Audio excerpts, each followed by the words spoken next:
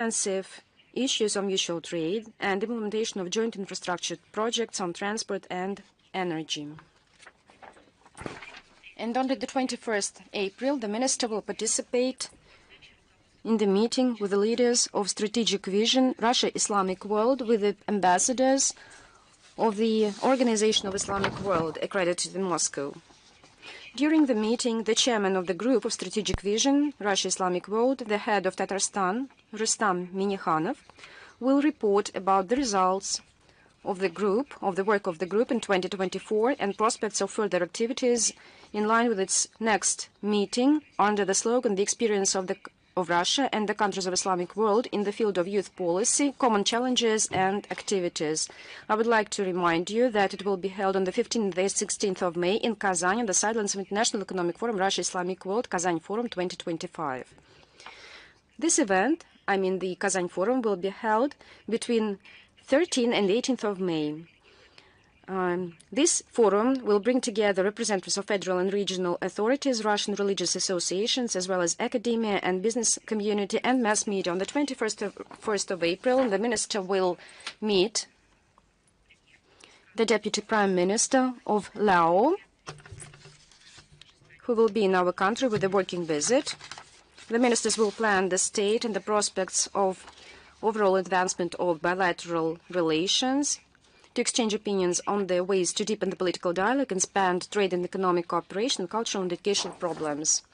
And in the period between 22 and 23rd of April, our Foreign Minister Sergei Lavrov will visit Uzbekistan, where he will meet the President of Uzbekistan and the Minister of Foreign Affairs, and the main focus will be rendered to further advancement of a comprehensive bilateral interaction, and following the May 2024 state visit of our President to Uzbekistan.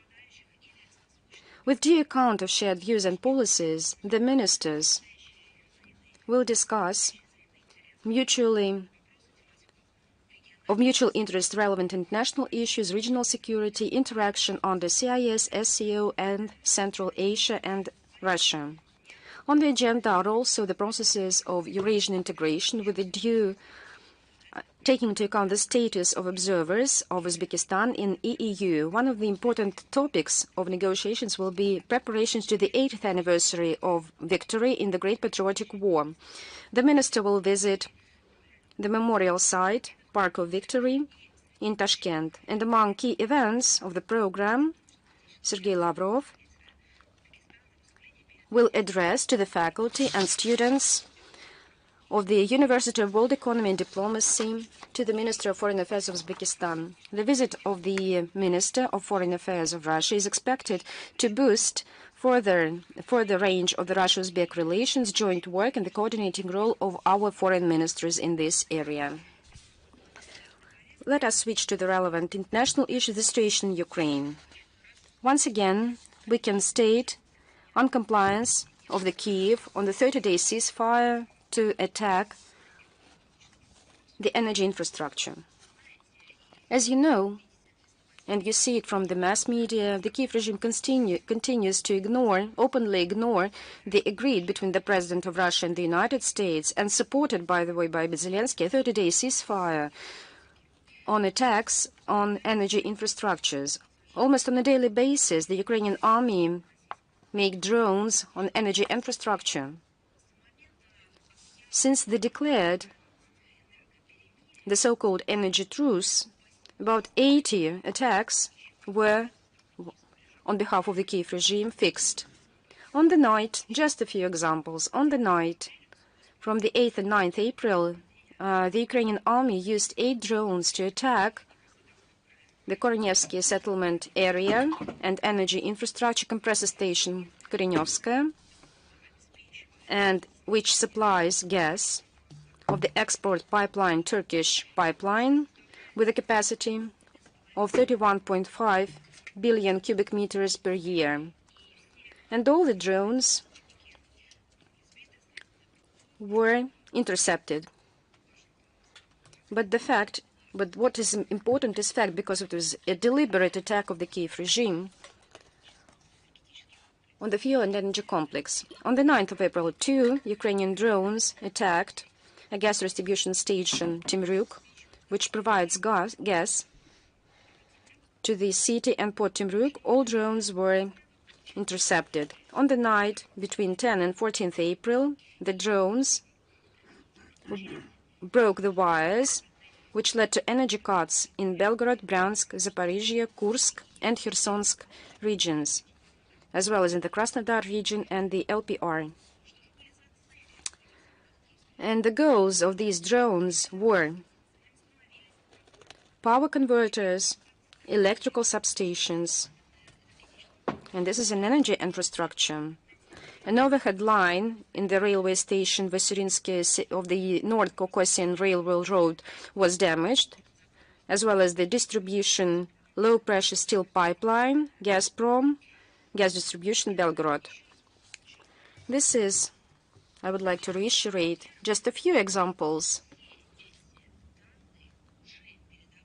We have already submitted all this information to the international organizations as well as to the Americans. Will continue to do so. As for the crimes of the Kiev regime, they disseminate not only to the fuel and energy complex. The Ukrainians continue to exterminate the Russian population, not daily, but even every hour. Just a few examples. We need to cite such examples for those who believe or expect or maybe pose questions on whether what should be done to settle the situation in Ukraine. Maybe stop supporting the Kiev regime, which in its terrorist hype commits all these crimes. On the 9th of April, the munition blow claimed lives of 2 young people, 11 and 14 youngsters. The drone attacked the civilian car in Gorlovka and the residential district in Selidovo on the 10th and 14th April, injuring 2 civilians, and a woman on the 13th of April in the Alexandrova settlement. The same day, the HIMARS attacked the Kiev district of Donetsk, damaging some civilian infrastructure, including boarding school and 2 higher institutions. On the 14th of April, the drones in the settlements of Buzhevka and Giri in Zatotarovko, the Kursk region, claimed lives of 5 civilians. In the Belgorodsk region, between April 12 and 14, the Ukrainian drones killed truck driver and injuring at least 5 civilians. On the 13th of April, the Ukrainian army shelled with the NATO Vampire MLRS the residential areas of Kamenka, Dneprovskaya region, Tokmak of the Zaporozhsky region. 3 houses were destroyed.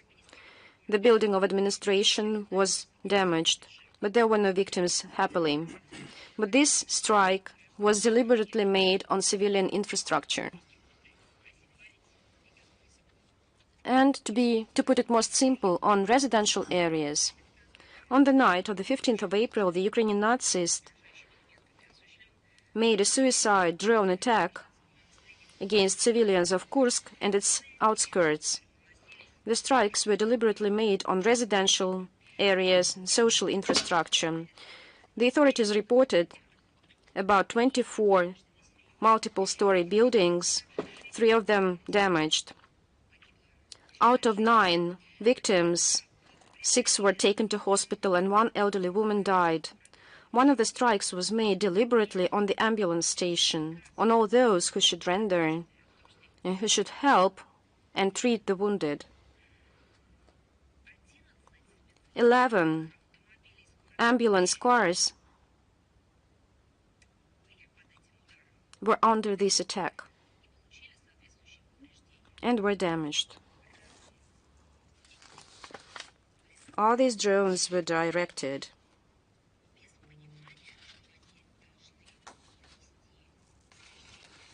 without any deliberate targets. It was made deliberately. All this operation was guided. It was a deliberately and well-thought operation as a terrorist act against the medical personnel. Now I have a question to the international organizations and to the UN Secretary General, to his official representative and numerous rapporteurs, and to the UN agencies who deal, for example, with maternal issues and childhood, protection of socially unprotected people, of medical services and security of medical staff. Where are your statements? Where are your concerns, your press releases, or at least some sympathy at the briefings or press conferences? There's no reaction at all.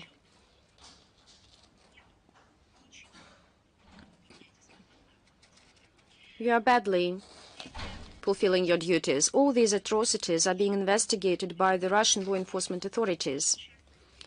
In particular, the crimes against the citizens of the Kursk region. The investigative committee continues to investigate into the facts of atrocities by Ukraine and, by the way, by foreign mercenaries of the citizens of Kursk region. In particular, those who survived from the settlement Gueva reported 6 Russians were shot dead during their evacuation. Bombs were released on residential buildings. There was grand looting among Ukrainian army. There were evidences that the Nazi threatened, and this information is a very sensitive one, threatened to rape a mother in the settlement Kazachye Loknya in the eyes of her minor children. Now the circumstances of the death of the 9 citizens of Makhnovka region are being identified. There were found gunshot wounds on the corpses. One of the died was an elderly woman who was just shot in the head. This is just a small part of all the atrocities. All those who are involved in these war crimes will be identified and brought to justice.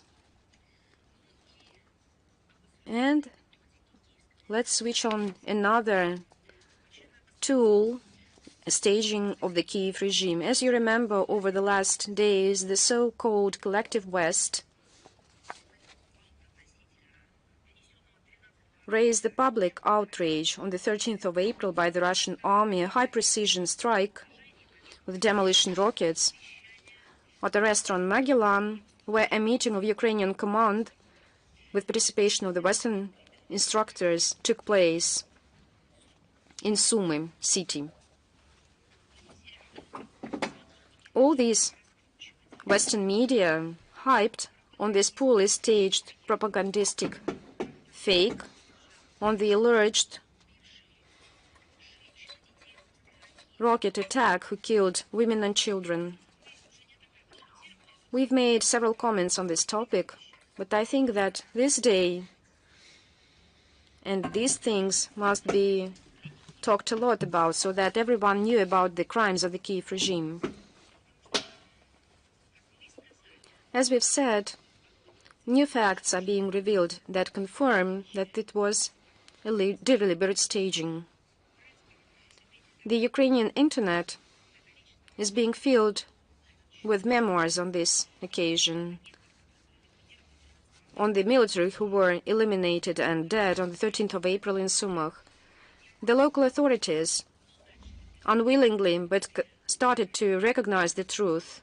The mayor of Konotop, Artyom Semenyukhin, blamed the head of the Sumsk region military administration, Vladimir Artyukh, that he organized a gathering of the Ukrainian army, engaging women and children to this event in order to use them as a human shield. Even Zelensky henchman, the deputy of the Verkhovna Rada, Madam Bezugla, publicly required to figure out who shaped and staged this and who ordered to use the women and children as a human shield for this event to cover the military gathering.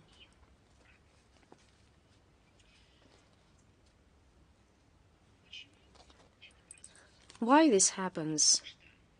It's just simply because that the citizens of Ukraine, irrespective of their political views, become to understand that they were just used, that the person who promised to bring peace to them brought slaughter and extermination. He retained his power not by democratic means, but sacrificing civilians of his own country. The facts prove, and Zelensky was compelled to fire the head of the Sumsky military administration, Mr. Artyukh, de facto reaffirming the charges. The leader of the junta tried to shift the blame on this another war crime against the citizens of Ukraine. I would like to remind Mr. Zelensky, who decided to shift the blame on the head of the military administration, Mr. Artyukh, his words, his same words. He said a couple of years ago that he's not a bad guy, he's not a fool. Then he is to blame.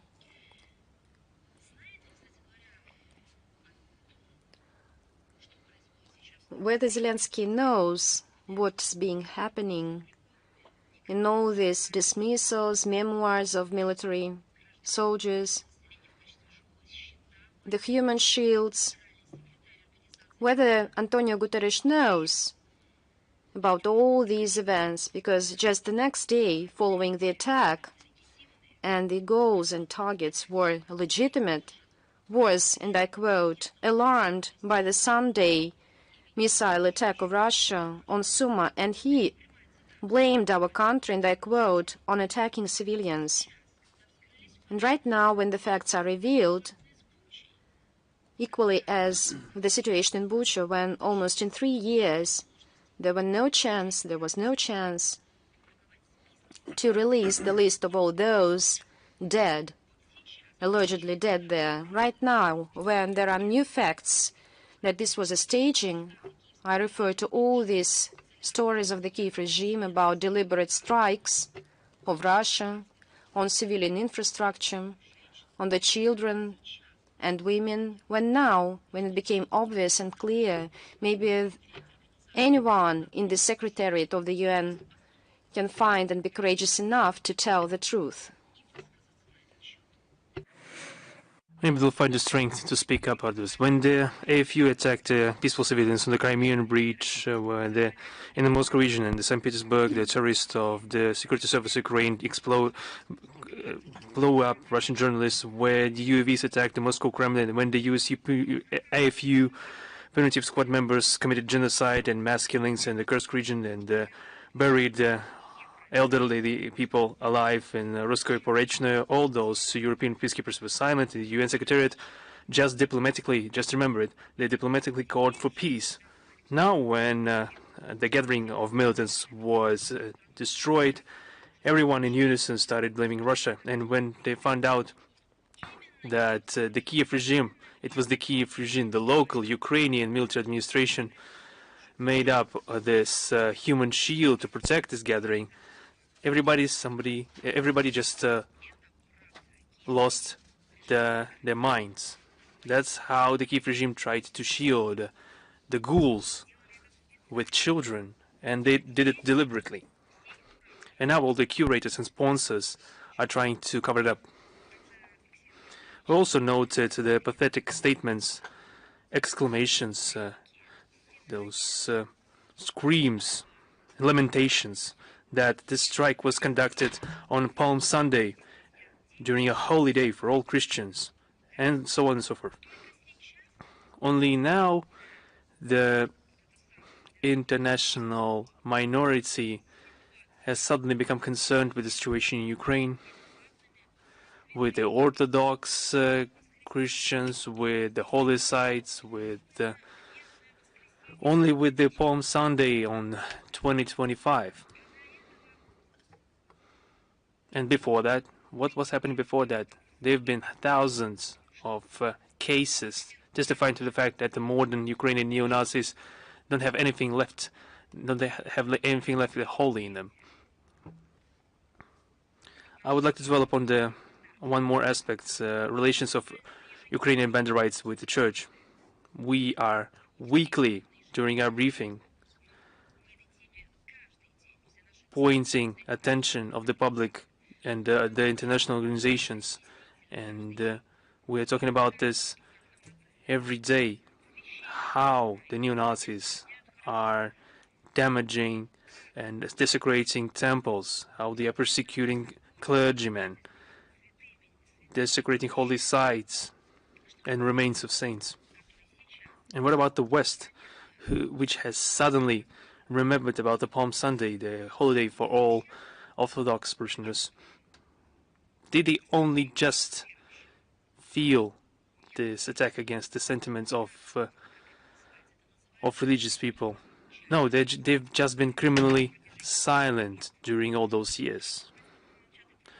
The relevant human rights institutions and mechanisms are also silent. The High Commissioner's Office on Human Rights and the Special Rapporteur on Human Rights regarding freedom of religion and convictions, the ODHR and the personal representative of the current chairperson of the OSCE on fighting intolerance and discrimination are all silent. Such appeasement of Kiev neo-Nazis who are capturing Orthodox temples, who are persecuting the parishioners up to being physically, up to physical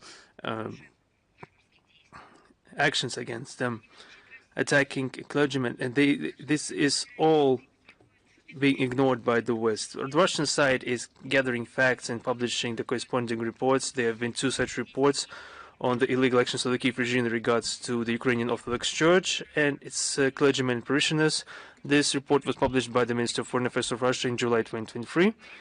And in January 2025, we had the second such report, and the links will be provided in the text version of today's briefing.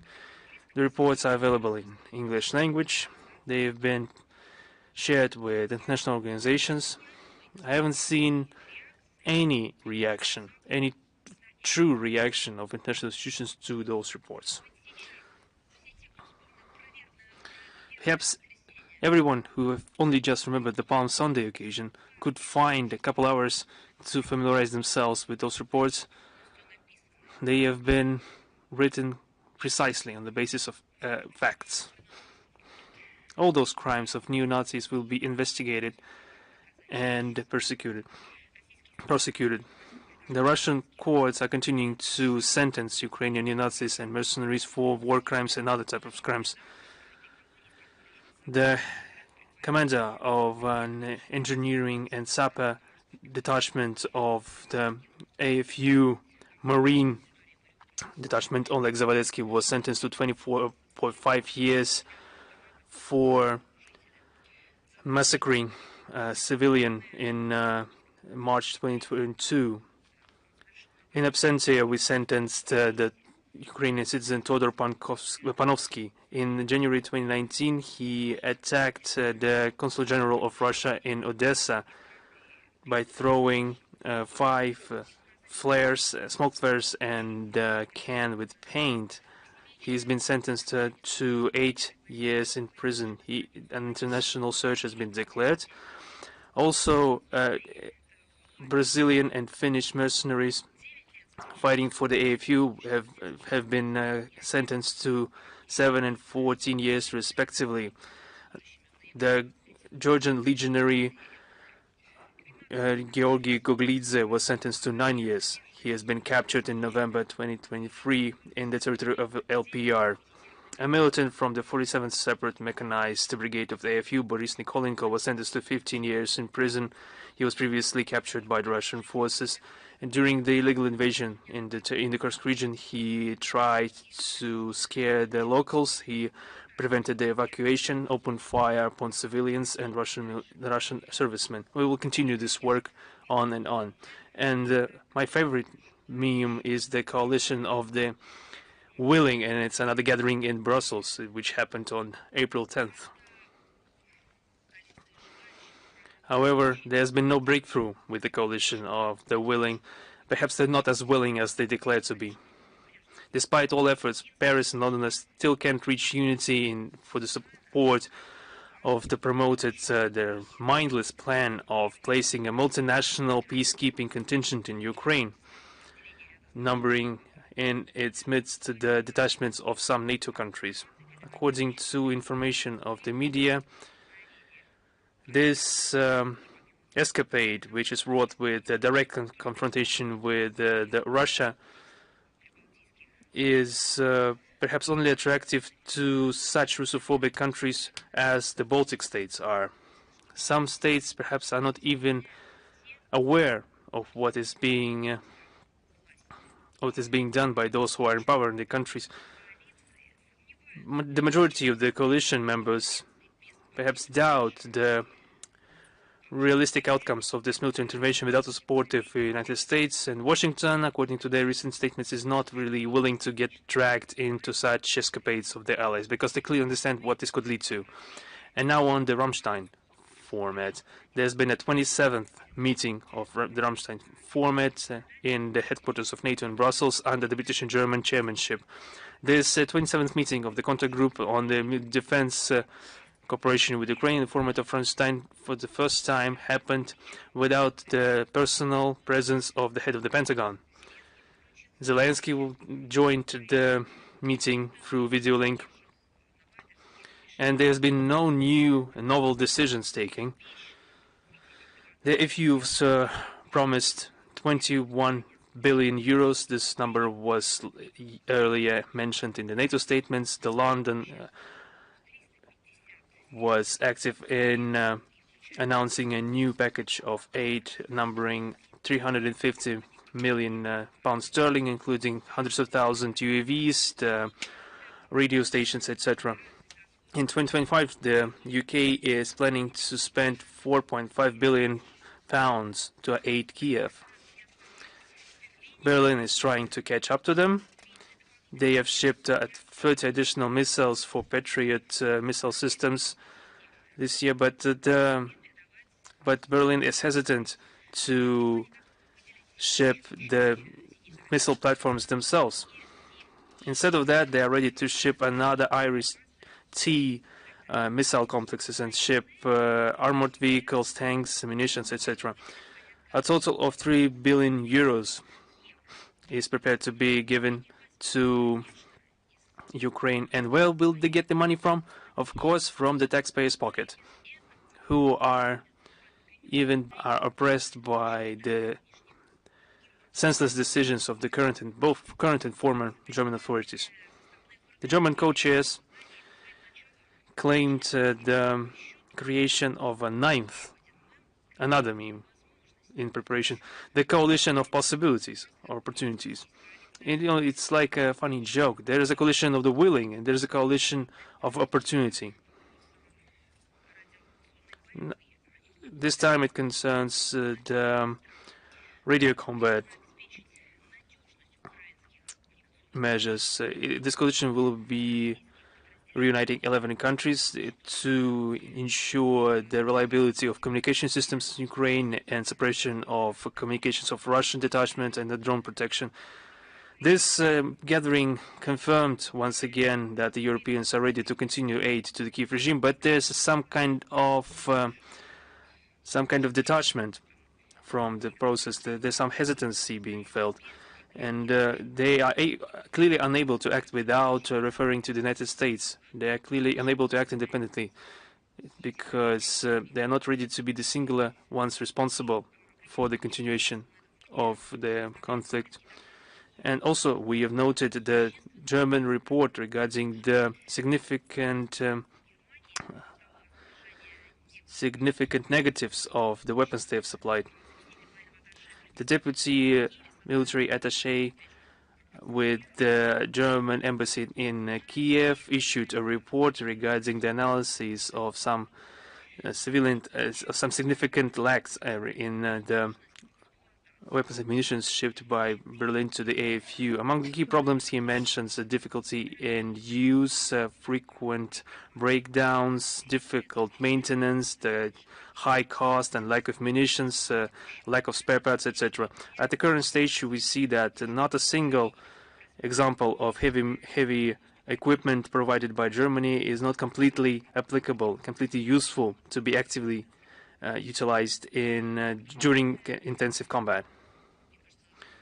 Such facts give us a reason to doubt Berlin's capability to be one of the most reliable suppliers of Ukraine when it comes to arms and munitions. And that's the very country that, as I already mentioned, participates in the Ramstein format, is making up new formats like the Coalition of Opportunity, is building up some defensive offensive alliances, etc. All those doubts will only get stronger if you remember that the former head of the Ministry of Defense of Germany, Boris Pistorius, publicly lamented the deficit of their own arms stockpiles due to the incessant supplies to Kiev regime.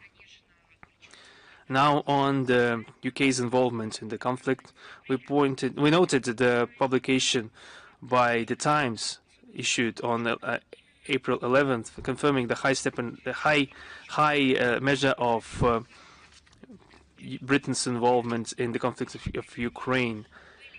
It mentions that in February 22,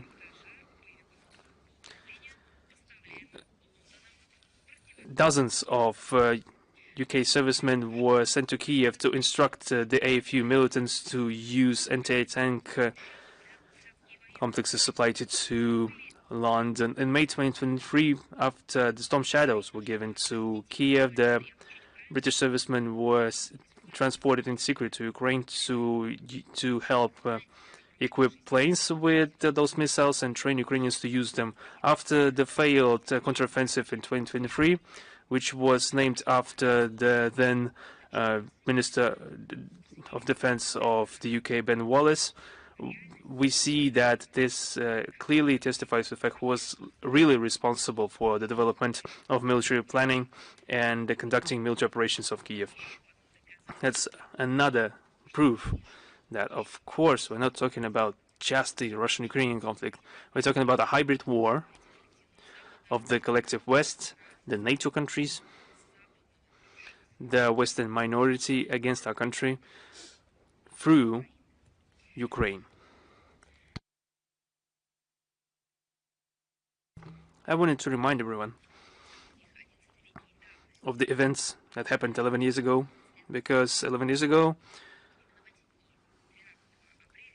on 13th of April 2014, the Council of National Security of Ukraine adopted a decision on urgent measures to overcome terrorist threats and to preserve the territorial integrity of Ukraine, which was put into force the very next day by the order of the interim president, Alexander Turchinov.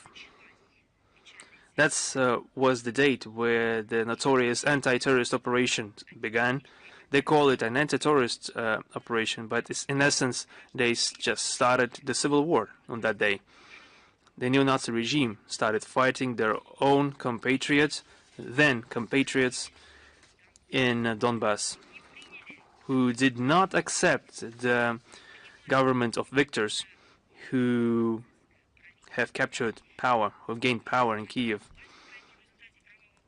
as a result of a bloody putsch in Kiev in February that year, and who have unceremoniously started to eradicate dissent and did the same thing as their predecessors 8 years ago. They started to eradicate all those who couldn't be called first-class citizens. then this name, anti-terrorist operation, was used exclusively to present the Kiev regime as the victim of the situation. However, by declaring the anti-terrorist operation, Kiev decided to start a policy of state terrorism. Besides the constant shellings and bombardments of Donbass, just remember, the region was completely blockaded from the economic, financial, transport, and water standpoint. Since December 2014, the government of Ukraine stopped paying all social dues and transactions to the populations, including pensions and managing banking accounts of the population and the enterprises in the region. They disconnected water supply of cities and villages. And throughout all those years, Russia constantly tried to attract the attention of international public to that, not due to the political reasons, because Russia always supplied humanitarian assistance to the region daily. Remember how they perceived it in the West? I remember it very well. The large convoys of white trucks who started supplying everything that was helping save the civilian population in Donbass, so the food and medicine and generators to help them power the supply. And the West called it, I remember it very well, they called it an invasion. Then they tried to backtrack, but it was too late for that, because everyone finally understood that this was another fake news by the Western media. They came up with different excuses that those trucks contain tanks, munitions, even armed personnel. And this wouldn't be necessary if the Kiev regime didn't introduce the blockade that we mentioned, that was regularly mentioned, including today. Today, we are continuing to supply humanitarian aid, and we tried to attract the attention of the international community to what was happening in Donbass. We talked that the Kiev regime was massacring the ethnic Russians and other locals in the region. Yes, we call things what they are. We noted that accusing Donbass of terrorism was a complete falsification. On the 31st of January 2024, this was confirmed by the International Court of Justice, which refused to accept DPR and OPR as terrorist organizations and Russia as a sponsor of terrorism. The UN, the ICJ rejected this label of terrorist organization and terrorist sponsor. This verdict disproved the main argument of Kiev, which was used to justify the war they unleashed against the peaceful population, and confirmed that all actions of Kiev against Donbass were initially based on complete lies. Annually, on the 14th of April, our people mourn the victims of the Ukrainian aggression. We are grateful to all those who continue today to fight with the neo-Nazi criminals who came to our land and defend people and strives for peaceful skies. All the facts, there are a lot of them, besides just examples, once again reaffirm the relevance of the special military operation to denazify, demilitarize the Ukraine and eliminate threats coming from its territory.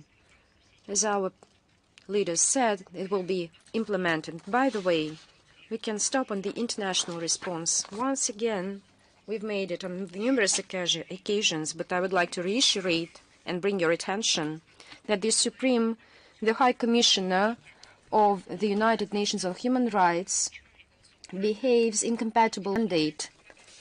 He distances himself from the impartiality principle enshrined in his mandate and by the UN General Assembly 41.148. The double standards have become the distinct feature of the work of his office. It clearly ignores systemic, flagrant human rights violations in the Western states and their allies.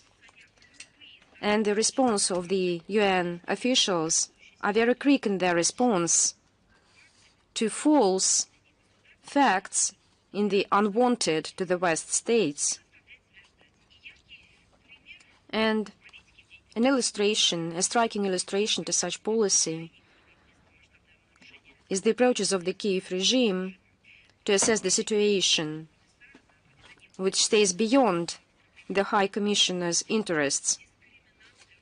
And here we see multiple discrimination of the Russian language in all the areas. The Russian language is prohibited in all the areas of life in Ukraine, and anyone who speaks the language gets great fines, is under administrative prosecution, receives threats up to physical violence. This civil rights activist, Volker Türk, is not concerned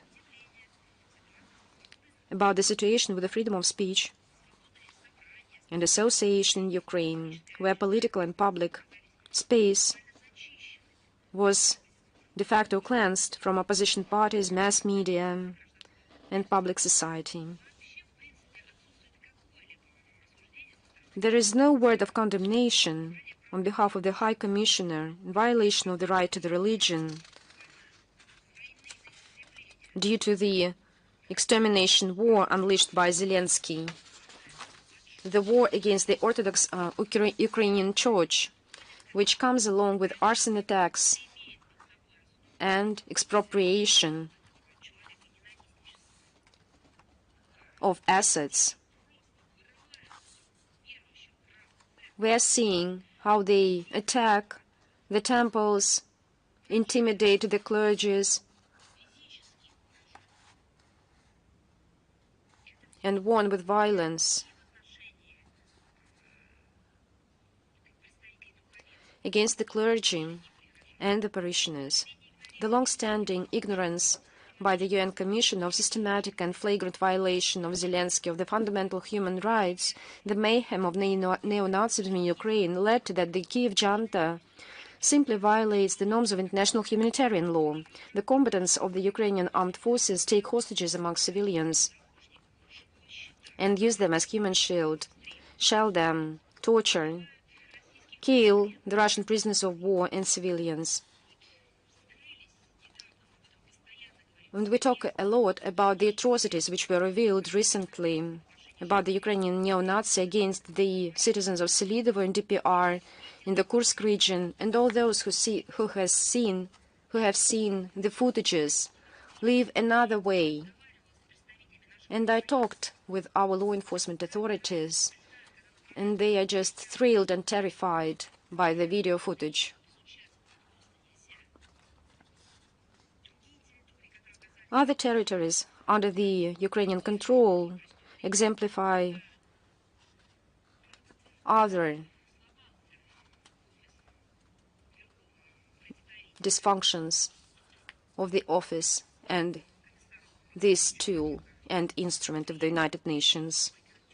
Under Volker Türk, something goes wrong. It's dysfunctioning right now. I believe there will be no response from the High Commissioner to the death of the Russian journalists. And there are a lot of examples of such deaths due to the attacks of Ukraine in June 2024 and in March 2025, when they were blown in civilian cities. The High Commission also cynically ignores the state policy in the Baltic states to discriminate on national, ethnic, racial, religious, and language grounds. I would like to remind you, in these countries, under flimsy formalities, the government continues to exterminate, to expel ethnic Russians. The Russians who consider this country as their motherland, maybe someone was born there, spent the whole life, or worked for the benefit and for the well-being of the country, who had families, who raised children and grandchildren. And the last example of such denial of truth on behalf of Volker Türk, this is a legislative initiative to ban the Estonian Orthodox Church under a bizarre pretext, the threat to national security.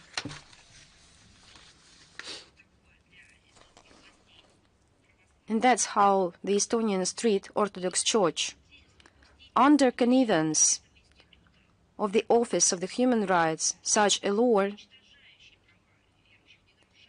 that extinguishes the believers, was adopted a few days ago. The bombastic declarations of the High Commissioner in his taking the office about his commitment to impartiality and independence in his activities cost nothing. If the situation prevails, it will lead to the loss of trust by the international community to the Institute of the High Commissioner and his office. And this, in its turn, weaken the international human rights cooperation. The activities of the High Commissioner should encourage dialogue and cooperation, tangible help rather than fanning mistrust and confrontation. The situation in Moldova, we are concerned about it, especially with what is happening in Gagauzia as part of the Moldova Republic. Recently, the Moldavian authorities are trying to remove the status of autonomy. As you know, on the 25th of March, on the far-fetched pretext, its head, Evgenia Gutsu, was detained, and she is currently under home arrest. 3 days ago, on the 14th of April, the Constitutional Court of Moldavia recognized, as they said, unconstitutional Article 21 of the law on the special status of Gagauzia. And when it was adopted in 1994. It legitimized the right of the parliament to appoint the Prosecutor General of the autonomy. Now, his candidacy can be adopted by the Supreme Council of Prosecutor General in Moldova and the Prosecutor General in Chisinau. This is a politically motivated decision and was made in secret. And Comrade was not informed in advance on the upcoming meeting on this sensitive issue. Can you imagine? Another example of such Chisinau's concern about the Gagauzians was introduced of skyrocketing fines introduced on the 10th of April for receiving social benefits via Russian Pромsvязьbank. All this hypocrisy was shown that by all those who introduced the practice live at the grants and funds of the West, and de facto are the citizens of other states. Insinuations of some certain officials in Chisinau explicitly show to level all dissident parts of Moldavia, along with Gagauzia, living autonomy,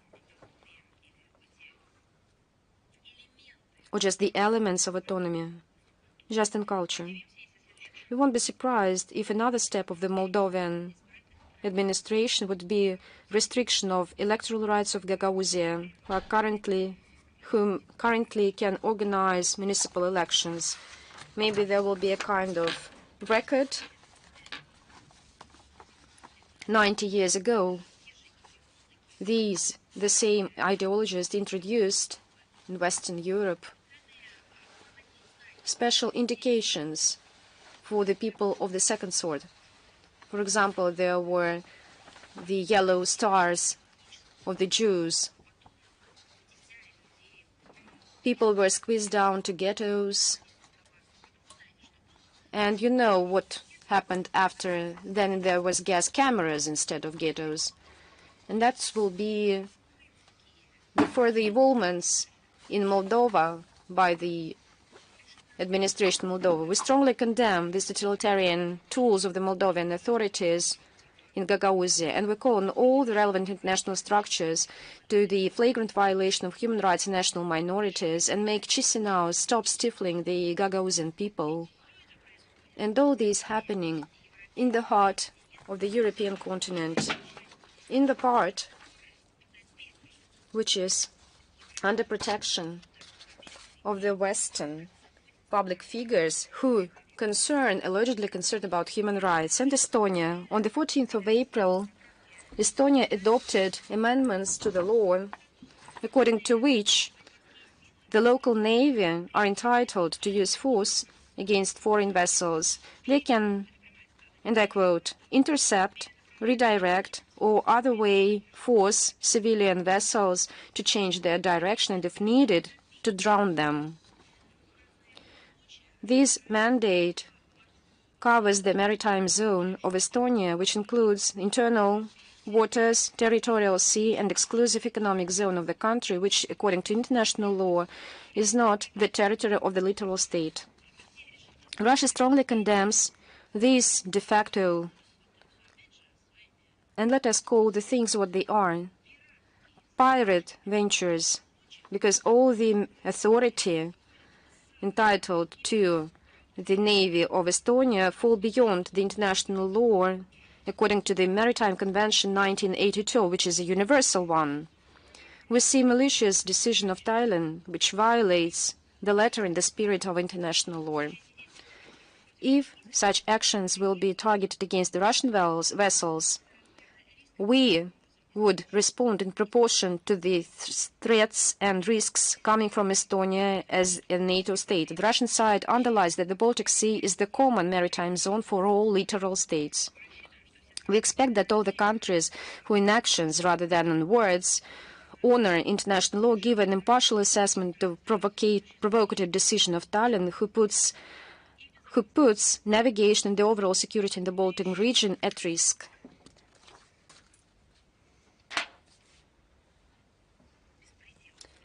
And yet from another atrocities and events in Estonia. Estonia introduced and amended constitutions in order to deprive those who live permanently in Estonia of the right to vote at municipal elections.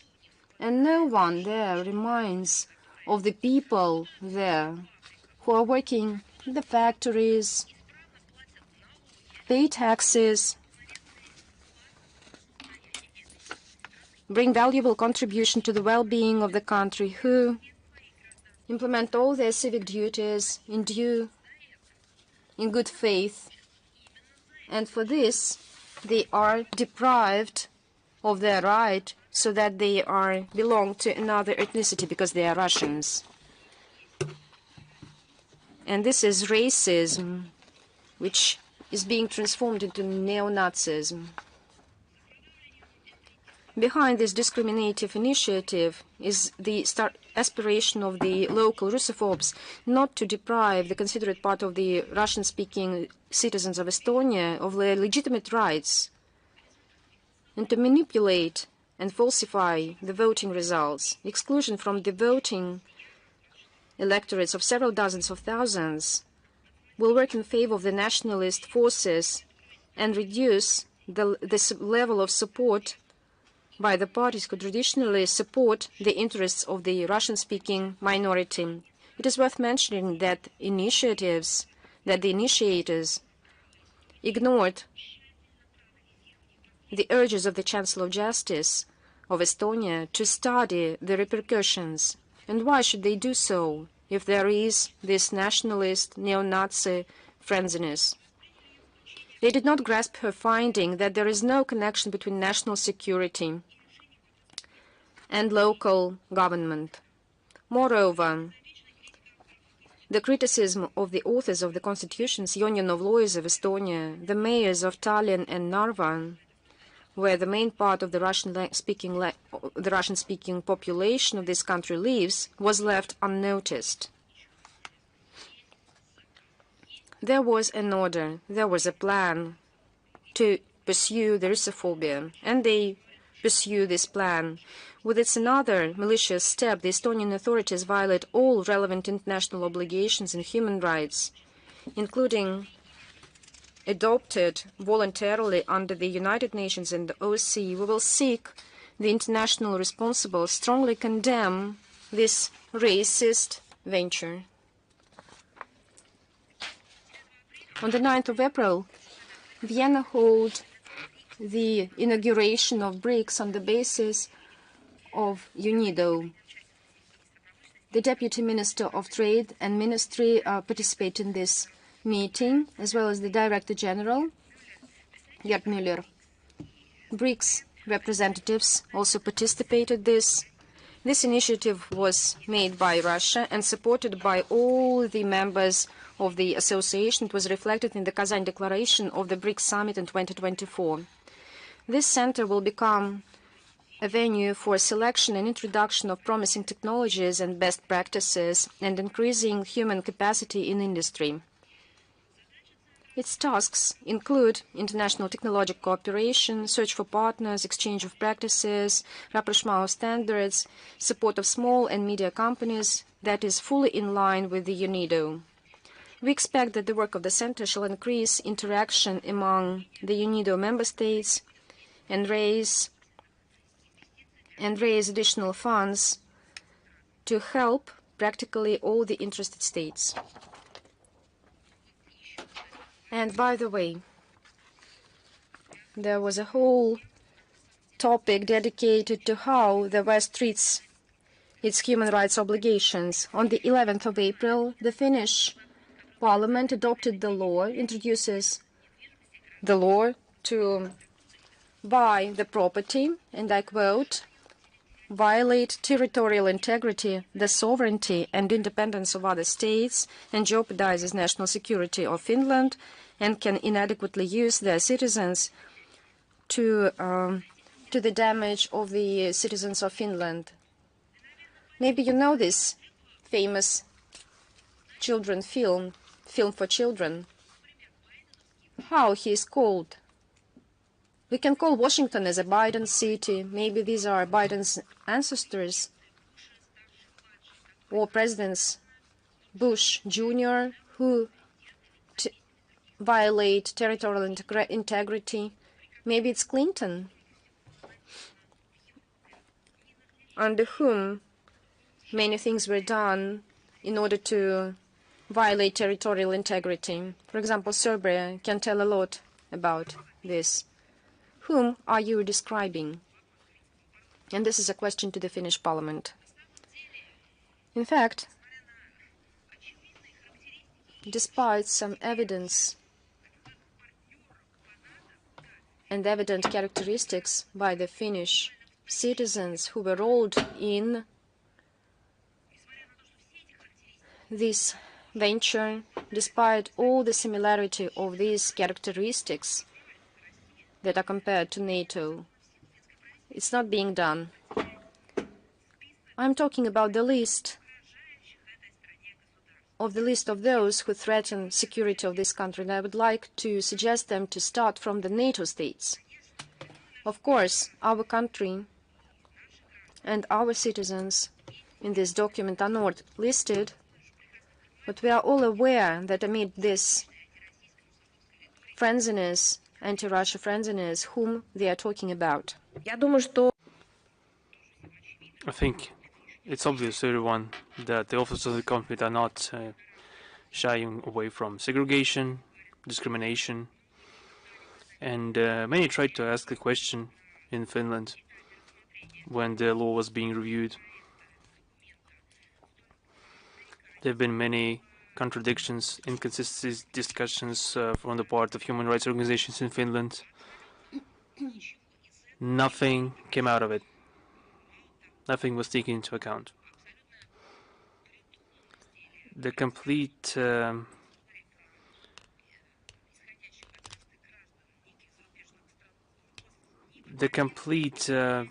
absolute ignoring of the baselessness of those accusations regarding to some part of Indian citizens. Nothing could stop them from adopting this heinous document. They are pursuing an absurd but clearly desirable goal for them to damage the bilateral relations between our countries, to harm our citizens. For those lawmakers in Finland who have been indoctrinated by this Russophobia, it is paramount to support this approach, and this approach is being supported by some part of the Finnish elite. Once again, all those oppositions presented during the review of the document were stated by the Finnish nationals, and nobody listened to them. But we will take into account all those steps by the official Helsinki. Now also on one topic that unfortunately is quite permanent. During the 221st session of the Executive Council of the UNESCO, we heard the topic of protection of journalists and how the organization has been acting, or rather enacting. As you remember, we have been repeatedly stating our desire to petition the Executive Director of UNESCO, Madame Azoulay, to conduct her mandate as prescribed. A serious problem. There have been serious problems or some in this behavior, and has been pointed out by many countries. The debate surrounding this point of agenda has clearly demonstrated that there have been some contradictions between the delegations at the UNESCO regarding ensuring the security of journalists. Is clearly noticeable against the backdrop of the recent report by Madame Azoulay, where there was no place. I think they tried to save paper to mention the Russian journalists and staff of the Russian media who died as a result of actions of the Kiev regime from 2022 to 2023. And many are justly asking why there haven't been any changes since then. And the main claims, main accusations of those presenting their statements, primarily from the countries of the world majority at the UNESCO, touched upon the intransparent methodologies regarding the collection of data regarding those journalists who have perished, and the priority is still given to the data and opinions emanating from the Western NGOs. And you clearly understand you cannot expect any objective data from those NGOs, and this data should be perhaps collected from among the member states of the UNESCO. Of course, and NGOs can take part in this process, sure, but primarily information should be provided officially by the member states and not through some paid for and clearly politically motivated NGOs such as USAID, which has been notorious in paying for fabricated reports by NGOs. To protect this methodology, which is baseless and is not supported by the majority of countries, it's clear that Russia is standing against this this biased approach of Madame Azoulay, and which previously there was a clear call to condemn any crimes against media personnel. There needs to be a data bank on all information regarding those journalists who have perished as a result of unlawful actions. Also, we are clearly rejecting this methodology used by UNESCO. And this discrepancy, perhaps some opposition regarding the Executive Council deliberations, resulted in that the document in support of protection of journalists was not adopted through consensus but through voting. And this also testifies to the fact that the conscious politicization and even Ukrainization of the activity of this organization and its secretariat, and personally by the Director General, leads to the undermining of the mechanism of this platform and harms the unity and authority of these organizations and poisons the atmosphere of dialogue on commonly valuable and not privatized issues and challenges of a global agenda. We hope that the future leadership of UNESCO, who will succeed the current leadership that has clearly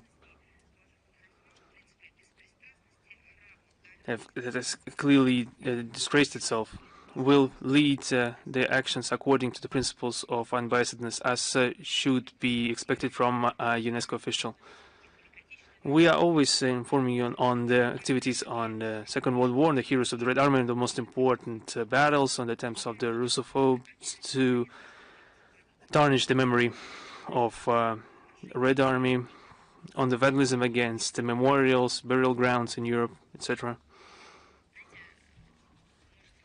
Perhaps there could be an impression that perhaps some have this impression that Ukraine has already joined the European Union, but only this impression only true for the specific type of EU, the so-called brown EU, the EU of revanchists, of desecrators of graves, of revisionists, the glorifiers of the Third Reich, those who glorified the bloody executioners who destroyed, who killed millions of civilians in Europe. Perhaps this is the real European Union, and the Kiev regime has really joined this organization, so to say. We remember of millions of our compatriots who have died, and in a couple of days, on 19th of April, we will have a day of joint action in memory of genocide of the Soviet people by Nazis and their collaborators during the Great Patriotic War. The events will be organized in schools, universities, scientific and cultural establishment, regional and the municipal establishment. Every year the number of participants is growing, and this reflects the importance of this topic for our people. This day was not chosen randomly. On 19th of April 1943, the executive order of the Presidium of the Supreme Council of the USSR number 39 was issued on the measures of punishment for the German fascists perpetrators culpable of murder and torture of Soviet civilian population and captured Red Army servicemen, and for spies, traitors to the motherland from a number of Soviet citizens and their collaborators. The appearance of this document has become one of the first steps in recognizing that the Nazis have led a deliberate and well-spread campaign to destroy the peaceful population of the occupied territory, and that those actions should be punished. We have started a program called Without Statute of Limitations since 2021. We are informing. During this project, we are informing the populace in cooperation with the National Center of Historical Memory. We are working with the investigative committee of the Russian Federation to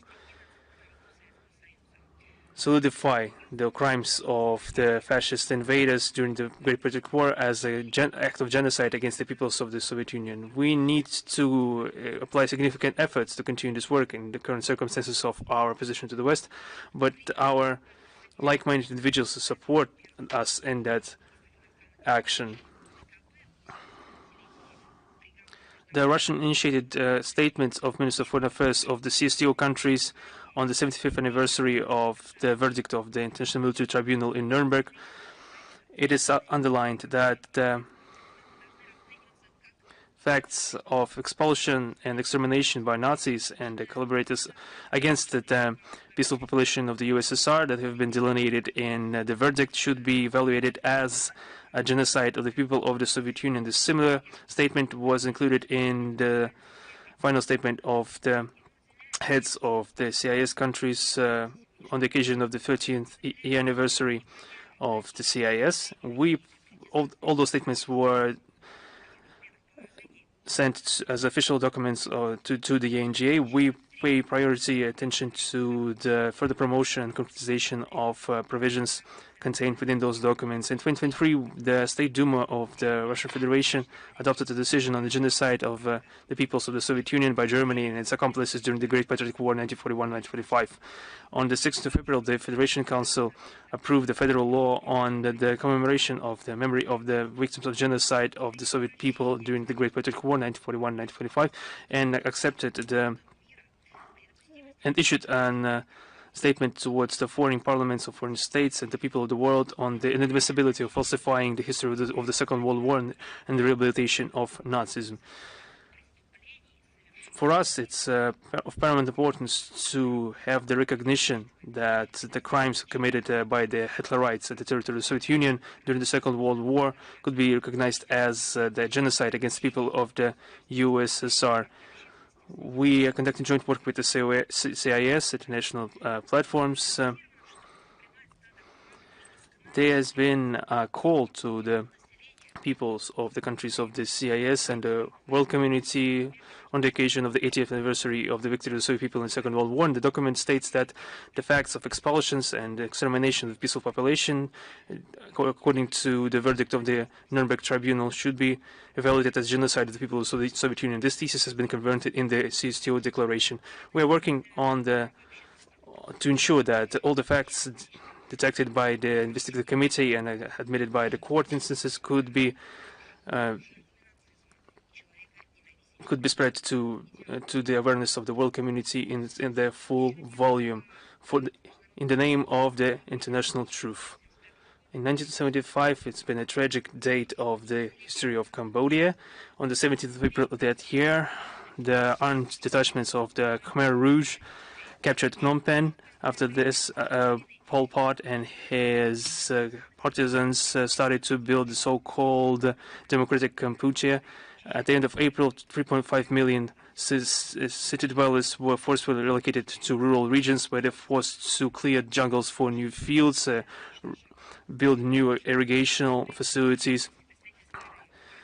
And all those who didn't match the new political system was destroyed and exterminated. The old authorities, the national bourgeoisie, the intelligentsia, the clergymen, and Buddhist monks were exterminated. There was genocide against the national minorities, Vietnamese, and the Muslim minority of Chama. There have been mass executions, starvation, and the complete lack of medical aid, and all those, according to the international evaluations, led to the deaths of around 2 million people. After the fall of the regime of Pol Pot in 1979, his partisans who have continued to dwell in the refugee camps in Thailand received attention from Washington and its allies and received financial and material aid, but also they received diplomatic support, which led to the fact that up until 1982, the Pol Pot partisans occupied the Cambodian place at the UN. After the fact, for many years, this place was delegated to the so-called coalition government of the Democratic Kampuchea, with the Khmer Rouge still playing a leading role. There's also an 80th anniversary since the establishment of diplomatic relations between the USSR and the Republic of Guatemala in 1945. This is a large, of course, this is a large amount of time, but the contacts between the countries started much earlier than that. Even in 1880, the Russian Emperor Alexander II and the Guatemalan President Justo Rufino Barrios Ayllón exchanged messages, which laid the foundation of our bilateral links. This became a stamp that could allow us to form the ties of friendship and mutual understanding and lay the foundation for multifaceted cooperation. We think that we need to continue this trend and try to increase it. We confirm our intention to develop a constructive political dialogue with Guatemala to extend the normative legal base of bilateral relations and diversification of trade, culture, links between our countries based on pragmatism, mutual respect, and equal rights. We congratulate our Guatemalan colleagues and friends with this solemn date. One more announcement to make is from May 17 to 24. There will be a 47th International Moscow Film Festival happening with participation of 57 countries. There have been 1,600 applications. Everyone understands that the International Moscow Film Festival is a worldwide event, but the number of applications exceeded the previous year by 17%. This testifies to the growing interest towards this event from among the cinematographers all around the world. The majority of applications arrived from Russia, China, Spain, France, and Iran. The program demonstrates a broad spectrum of topics that are of concern to humanity. One of the most important topics is the 80th anniversary of the victory in the Great Patriotic War. This was reflected in different programs of this festival. The festival will be opened by the military movie His Name Was Not on the List by Sergei Korotayev, together with Vladimir Mashkov, Vladislav Miller, and Alena Morilova in the leading roles.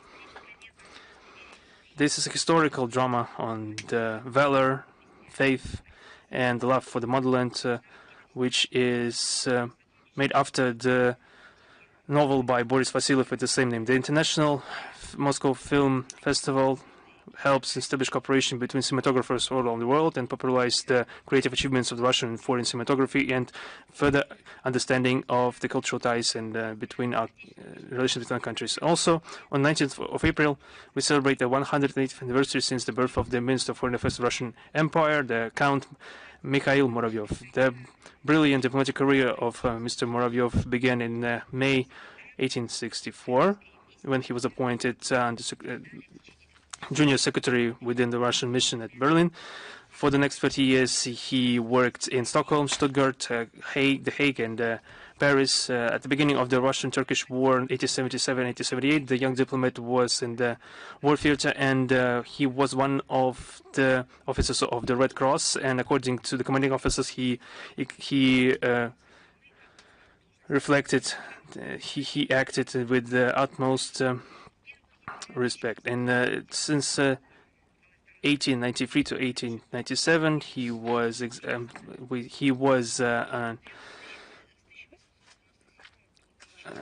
ambassador plenipotentiary extraordinary in Copenhagen. On January 1st, 1987, Nicholas II appointed him as the manager of the Foreign Policy Agency, and 3 months later he was appointed Minister of Foreign Affairs. The period from 1897 through 1900 was reached with events of huge international importance. In 1898, the Russian MFA came up with the initiative to call a conference to decrease the amount of armaments in Europe. There was attempts to improve the direct contacts with Afghanistan, to reinforce Russian positions in Iran, in Turkey. He also helped increase our ties with France during his visit in 1987. I will give a direct quote from the document that was presented to Nicholas II. There was a very detailed report to His Highness the Emperor Nicholas II, submitted by Muravyov, and the Emperor made a written remark that he read the report with huge pleasure. It was underlined that the negotiations of Muravyov in the French capital were successful and helped to reinforce the mutual understanding of both countries regarding the deterrence of Germany and the UK on the European continent. Mr. Muravyov also was one of the main initiators of the Russian-Chinese Convention of 1897 regarding the rent of the Port Arthur and the Liaotung Peninsula base. There was also agreement between Russia and China regarding the railway construction in Manchuria and outside Mongolia, and also regarding the Chinese Eastern Railway towards Beijing. In 1897, we extended our links with other countries. There was official embassy to Abyssinia. The mission in Washington was transformed into an embassy. New consulates were opened in Iran and Morocco.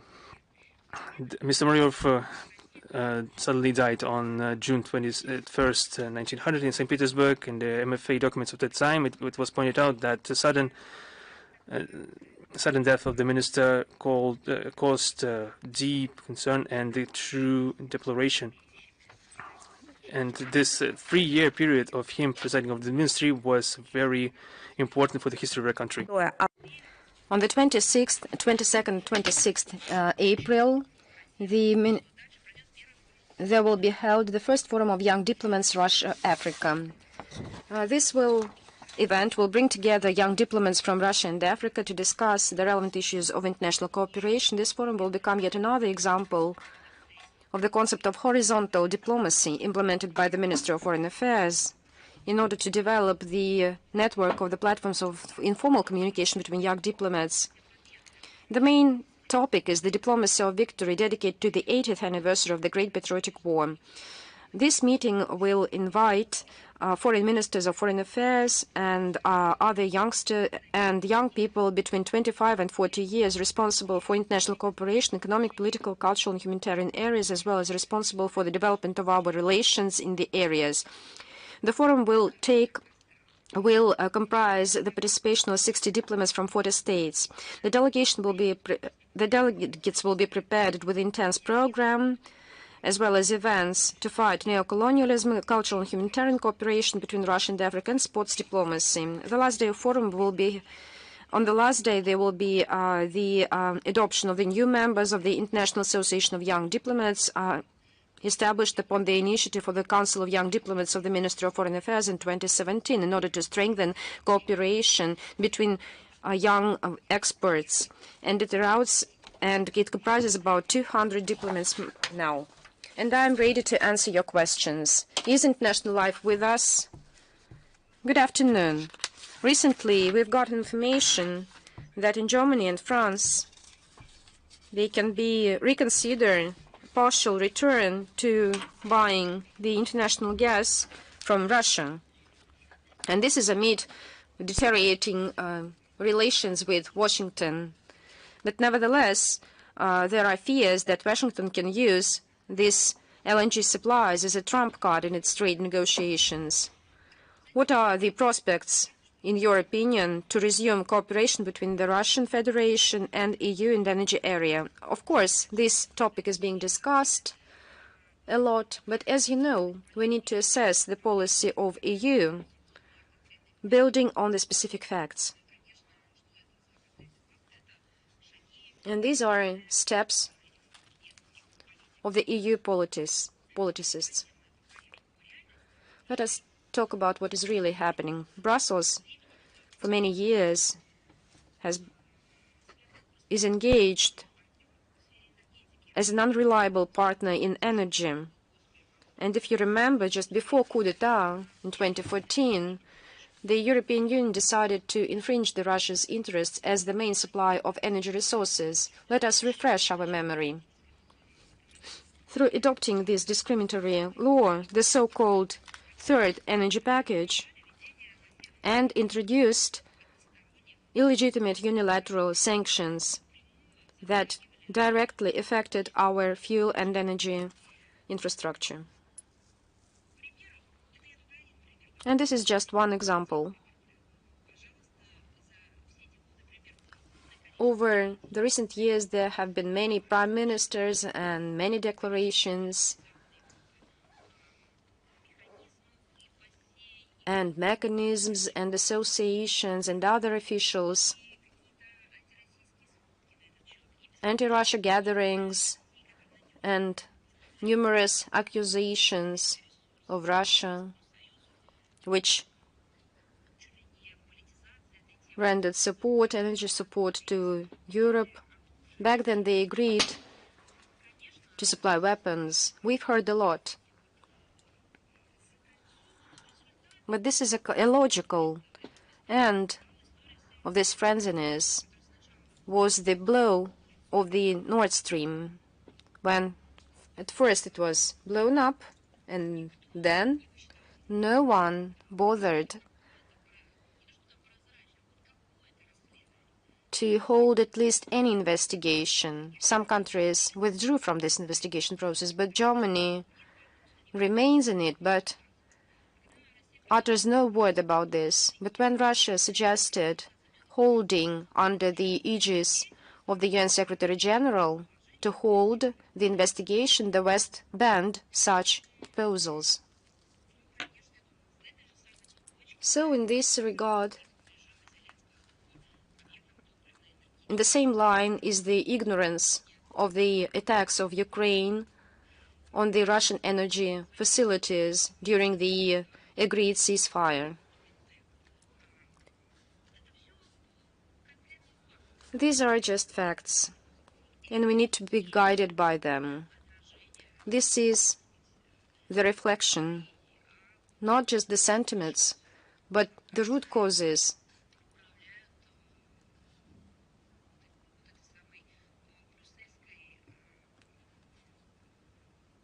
that govern in the Brussels bureaucracy.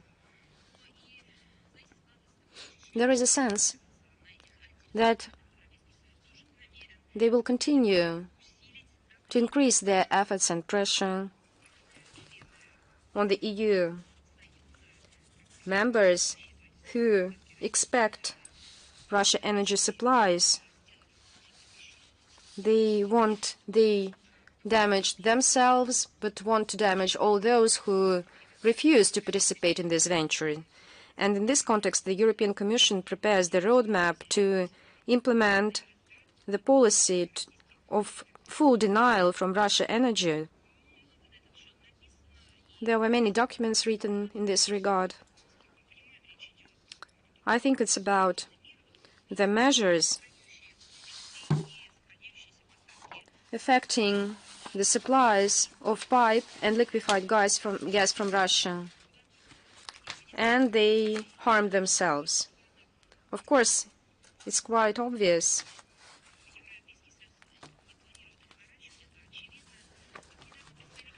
recently. The European Commission representative Anna-Kaisa Itkinen in Brussels at her briefing said that the European Union is ready to hold talks with the US and other partners in order to replace the Russian gas.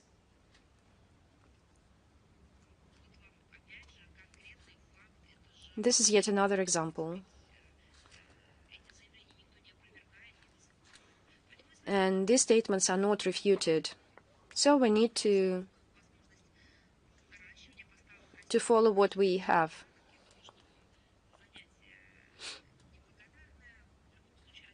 I think Russia has always been a reliable supplier of energy resources. Our cooperation with some European countries continues, and we can reconsider various options for energy interaction with some certain states, of course with due account of our economic interests. As our minister said, as soon as they calm down and reconsider their ideology, maybe then we can reflect on this issue from the other perspective. Right now, we need to build on the things we have. And there are no indications that the current leaders of the EU will reconsider their position as for denial of the Russian energy resources, which lead to stagnation of the European economy and a dramatic drawdown in the level of incomes and living standards. We don't see such indications right now.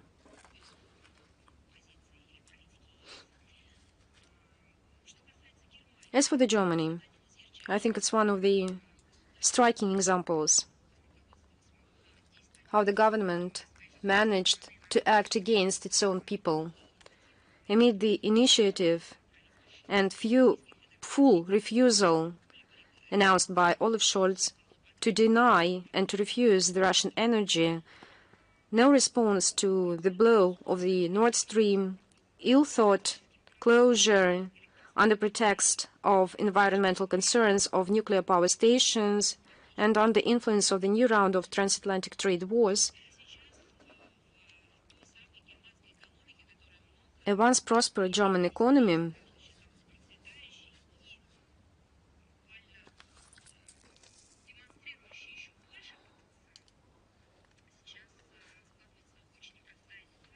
undergoes a complicated situation. Business community is leaving, it's registering in other states. There are fears of what is happening in their country. Amid this backdrop, when a year ago German journalists came to Russia to clarify whether Russia can resume supplies on the part of a Nord Stream that was not exploded, and obtained an affirmative answer, even with a time frame when we can do it. The German government warned them even to close this mass media. When someone from the mass media politicians uttered their word about resumption of energy supplies from Russia, when and if in the future this was put under pressure and labeled as Russophobia and so on and so forth. But the result is very visible. Is Lenta.ru with us? Good afternoon, Madam Zakharova. We have two questions. Recently, the Deputy Minister, Mikhail Gauzin, said on this readiness to resume negotiations with Georgia. Is there any progress in this issue? And what are practical steps from Tbilisi that Moscow is waiting for? As you know, I believe that first and foremost we need to see this interview, Mr. Galuzin, and he looks into it, but I can say that our ministry and our representatives reiterated on numerous occasions that diplomatic relations between Russia and Georgia were interrupted, as you know, not by Russia, but by Saakashvili's regime after aggression against the citizens of South Ossetia, against Russian peacekeepers and our citizens. Now, Saakashvili's regime, exactly for these things, is being harshly criticized by the public. Mr. Saakashvili is in court right now, as you know, under persecutions, but his legacy, unfortunately, remains. Last autumn, during the electoral campaign, there were some sensible and promising declarations and statements made on the need to apologize before the people of South Ossetia, apologies and promises to gain reconciliation.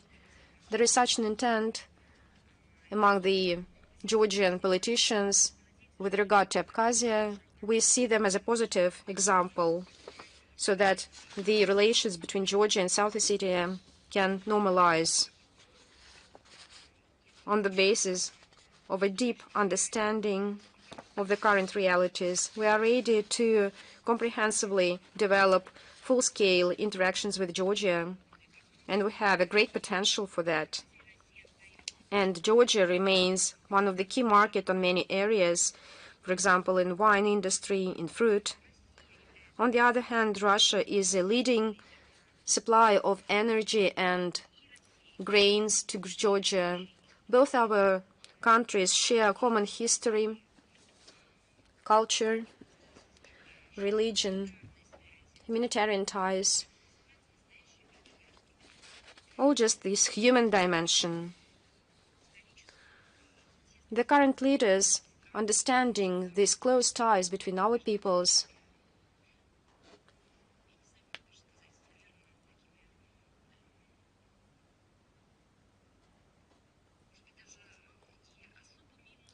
some special emotions that we share to each other,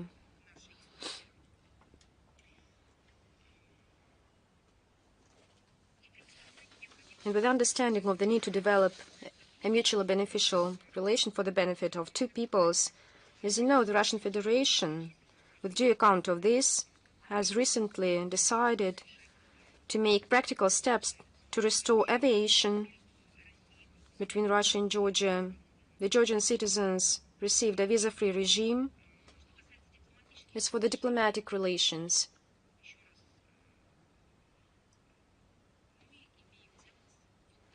we have to do with the terrible legacy of the man who was called as a criminal in his own country.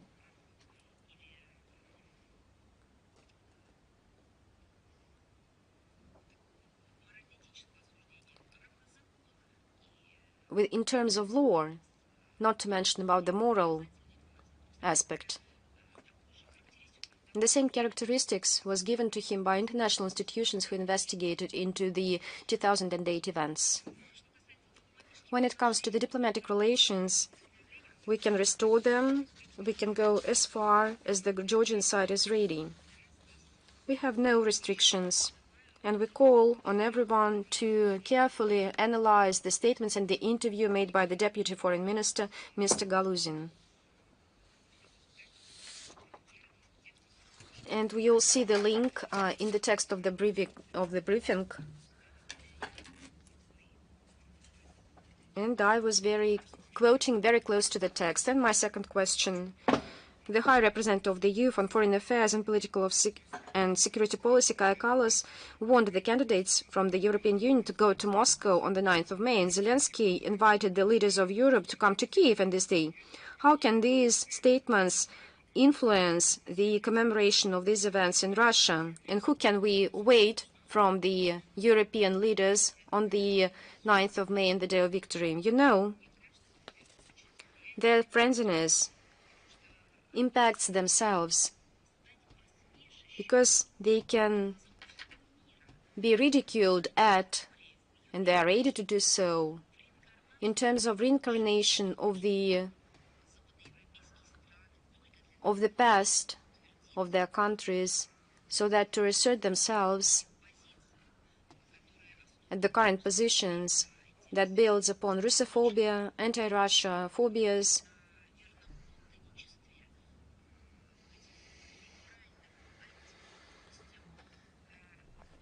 their complicity in neoliberal values, and the overwhelming majority, the countries who were just in the recent past their colonies, the countries that obtained their statehood not long ago in terms of history, ridicule at all those who call themselves as a beautiful garden, because everyone knows the Second World War and the rule about Soviet soldiers and the USSR, the role of the Red Army and its soldiers in the victory over Nazism. And the global majority looks at it with a certain outrage on all those who pursue the values of neo-Nazis and Nazists, who glorify the criminals, the crimes committed by their ancestors, in order to distort the history. And that's the first point. Secondly, this frenziness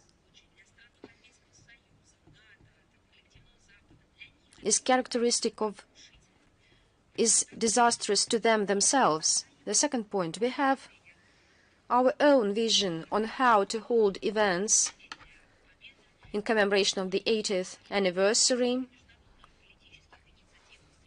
And I talked about initiatives today. We have like-minded states. We have tasks and objectives to restore the historical memory and to preserve it.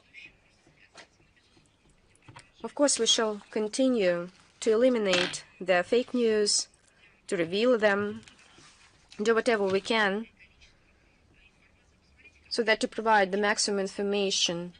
You know how archives are being revealed, how our ministry releases the reports that were known made publicly available on the fake events of that times.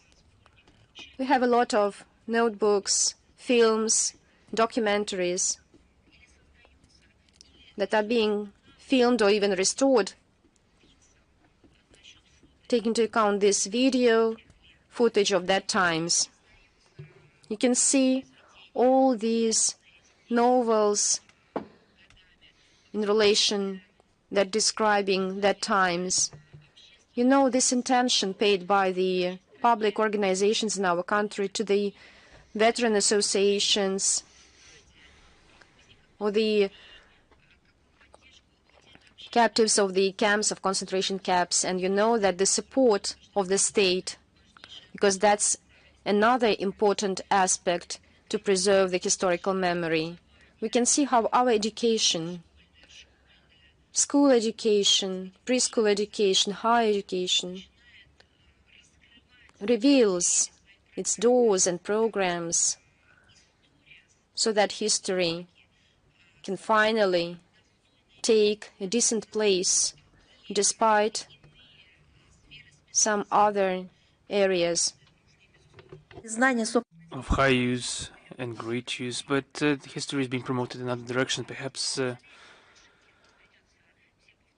if you push history aside, you will be doomed to repeat the mistakes of history in other historical periods. But perhaps if you talk about the influence of what they've made up, and this will only reinforce us in our position. Whether we see a signal, we see in those actions a signal that we shouldn't go back on our ideas. We shouldn't trust them again. We shouldn't do this if they promise, if we stop giving attention to our national priorities, our history, then they would shed the light to us of prosperity and well-being. We've already gone through that. We understand that it's not the case. When we give an inch to forget our history, we experience everything on the contrary. We experience a rain of attacks and the flurry of accusations. And in their frenzy regarding the Second World War, if there's any sense in that frenzy, only in reinforcing us on our own positions. And this testifies to the fact that we have chosen the correct path. Thank you very much. Thank you. Is Ria Novosti with us?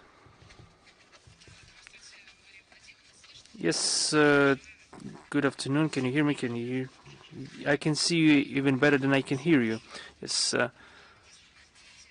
If you allow me, Christina Rodriguez from Ria Novosti, I saw you so well that I even recognized you. Thank you. Thank you. That's very good to hear.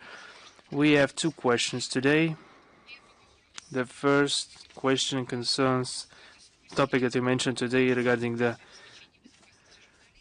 protracted discussions at the UNESCO regarding the ensuring security of journalists. How is that situation with that affair in other international structures such as the OSCE?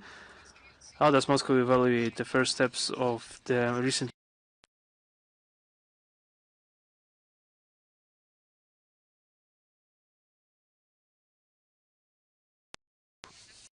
The international platforms have revitalized the activity on the eve of the 3rd of May, the day of the freedom of the press, and there have been many conferences and meetings dedicated to that date.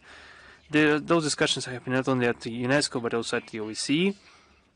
If we can call anything happening at the OSCE as discussion. The new representative of the organization regarding the freedom of the media, Jan Brotu, he has started off with a relevant report, and I think he had enough time to see for himself what troubled heritage he had, inheriting the situation from Teresa Ribeiro, his predecessor, who has completely broke down this process and the work in that framework, whose incompetence and the policy of double standards has resulted in tremendous efforts to be made by the new chair to restore trust towards this institution. It's like this: since the time she was appointed 4 years ago, she has paralyzed the work of the OSCE in that direction. It came to the fact that the former representative introduced a norm of a conscious ignoring of bloody crimes and terrorist attacks against journalists. And I'm talking about the crimes of the Kiev regime neo-Nazis against journalists both in Russia and Ukraine that they deemed as rogue.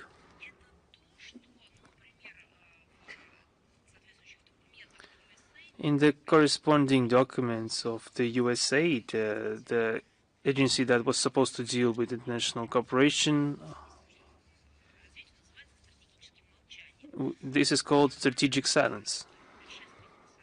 The predecessor of Jan Brotu, Madame Ribeiro, introduced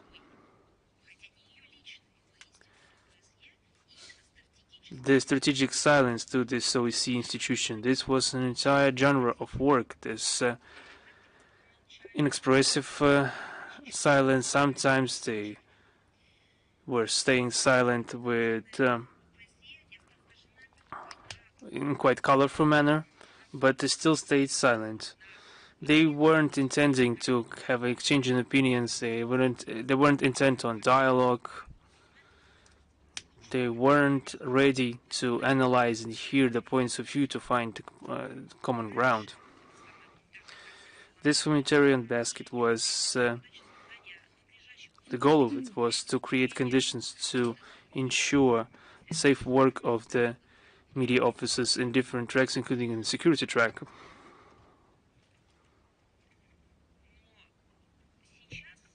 But now, what is left of it? Where are the results?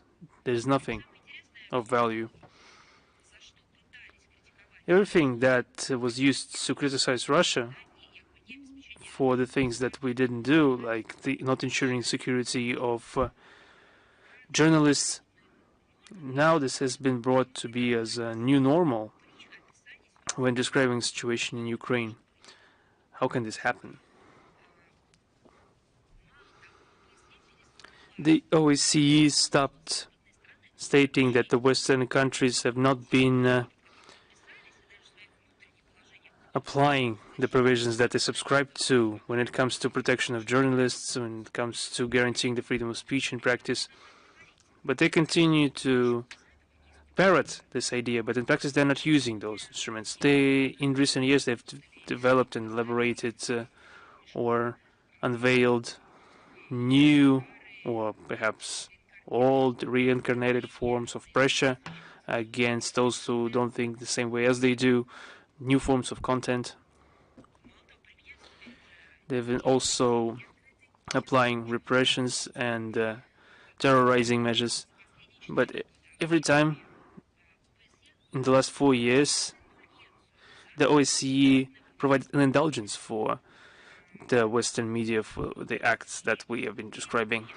And the topic of media and media officers became, in the recent years, an instrument of political manipulations of the countries of the West within the OSCE, this Western minority of states, and an instrument of pressure against the states of the world majority, the instrument of manipulating information to serve their own short-sighted goals. So we'll have to think that in recent years there hasn't been just a complete breakdown of dialogue in this area, but the trust in the institution has been catastrophically eroded. There has been. It's not even saying that journalists haven't got more problems. It's clear that with the advent of AI, there's been more. There have been both negatives and positives. There have been a lot of armed conflicts and overwhelming numbers of journalists being killed or injured while performing their duty. But the main point for the SC has not been the number of journalists affected, but the possibility of implementing their mandate. They completely lost the aptitude for that. Madame Ribeiro fell victim to, I don't know, the conscious or unconscious pressure. Perhaps this is up to professionals to determine. but she fell victim to this Western narrow scope approach, where the Western officials ignored all agreements, declarations, and documents signed by the West only to push through some topic that they thought as preferable, the agenda of the day, as I can call it. She couldn't counter it on her own track. That's why journalists don't even have any trust left towards this institution. I'm not even talking about Russian journalists, but if we listen to the representative of the media from other countries, they neither do they. They don't have any trust. They don't see any added value in this institution, and no value at all in the OSCE institutions. So, if there is a will, at least it was enunciated then, there is a way to, by improving trust, only through meticulous and how do I say it, a laudable execution of their commitments in the appointed position. I would even perhaps delineate the criteria that would be necessary to be implemented in the work of the institution of the OSCE representative on the freedom of speech. Clear honesty, unbiased approach when carrying out their duties, without any political preferences, sympathies, antipathies. I think that's perhaps somewhere close to perhaps the code of conduct of a doctor or a teacher. Thank you. Thank you. And my second question, on the 10th of April, the head of the EU mission in Chisinau, Yanis Mazeiks, claimed that he doesn't preclude Russia's involvement in interference of Russia in the parliamentary elections in Moldova this autumn. How would you comment on that? I think this is some kind of a plague that they have been getting infected with, and before they get cured or until they develop an intellectual immunity to this plague, they will continue to spout this nonsense. If you give evaluations, it's just all hypocritical. This is all lies and manipulations, double standards. This is all spreading of fake news, and this is a game for the internal audience to influence the democratic electoral processes. Let me just give an example. On one hand, Russia is accused of influencing electoral process and justice process in Moldova. We are also accused of cyber attacks, misinformation, etc., etc. However, they didn't provide any proof, no facts. Just give some proof as facts proving that we are actually doing something. There are others citing some classified information that they cannot present, or, as was told us by liberal Democrats in the US, everything is in the social media. And a couple of years later, it turned out that they hated social media even more than us, and they started to moderate them. And the interference of Brussels, on the other hand, into the internal affairs of the member states and candidate states is noteworthy, because the EU is clearly demanding the reevaluation of the results of elections. They're not even demanding some political steps from the current authorities. They can just completely cancel the results of elections if they don't like it. And the case in point is Romania, from the same region. It's a complete shocking development,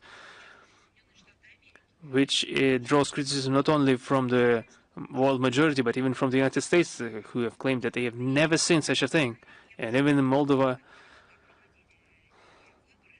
during the elections there have been some discrepancies, and we saw this a referendum named as such by Madam Sandu. There have been such manipulations. There have been so much discrepancies.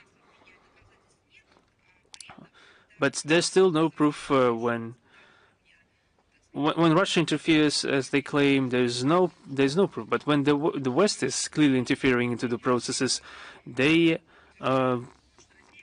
is nothing to be concerned about. They also claim that Russia is giving millions of dollars to bribe the electorate in Moldova, and when the EU is spending millions of euros to support the pro-West powers in the region, in the country, directly or indirectly, as if nobody notices anything.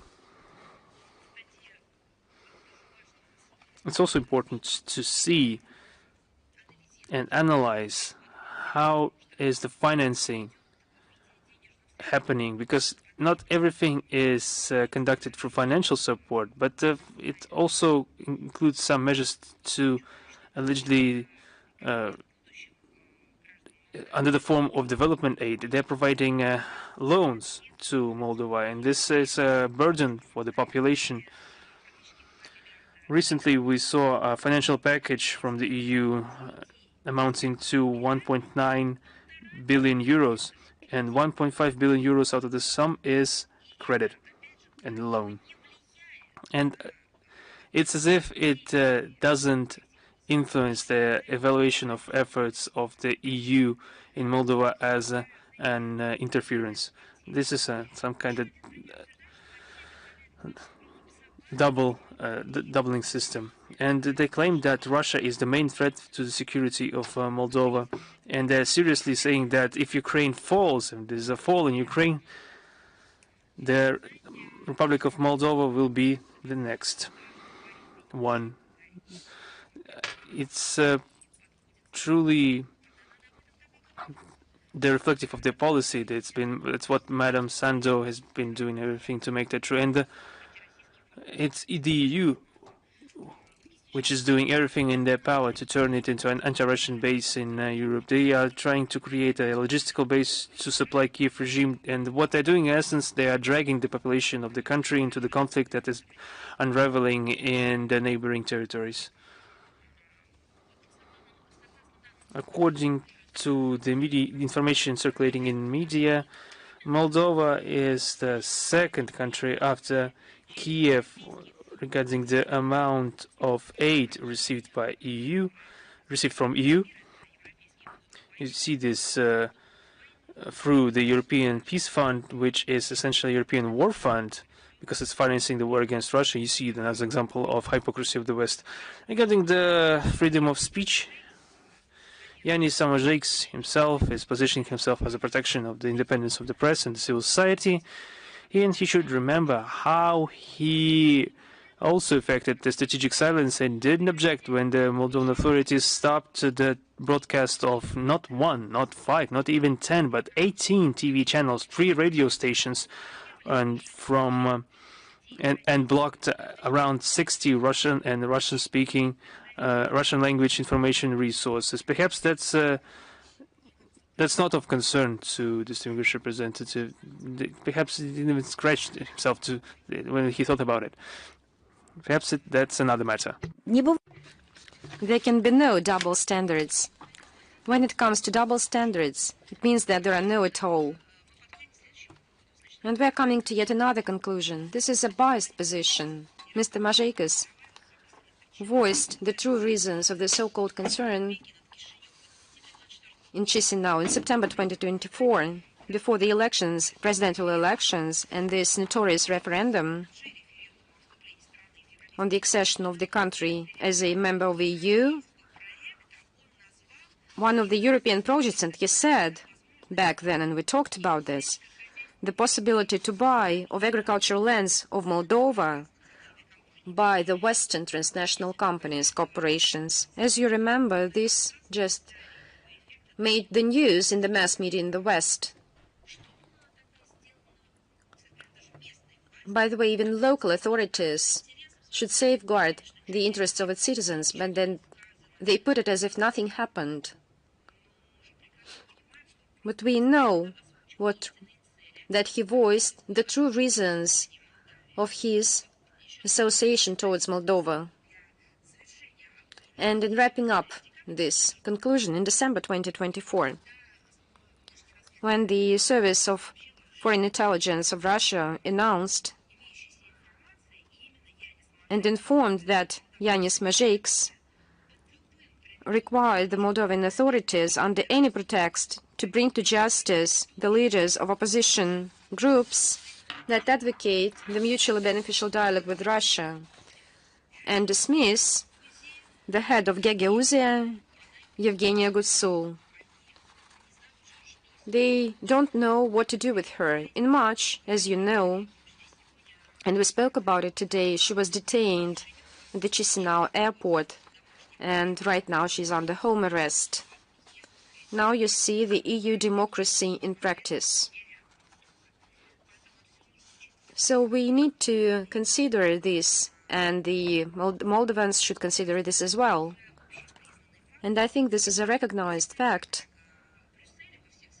and just a model of Brussels in terms of prompt change of the leaders and forgetting about the promises made. So unfortunately, they pursue such a practice. Hopefully,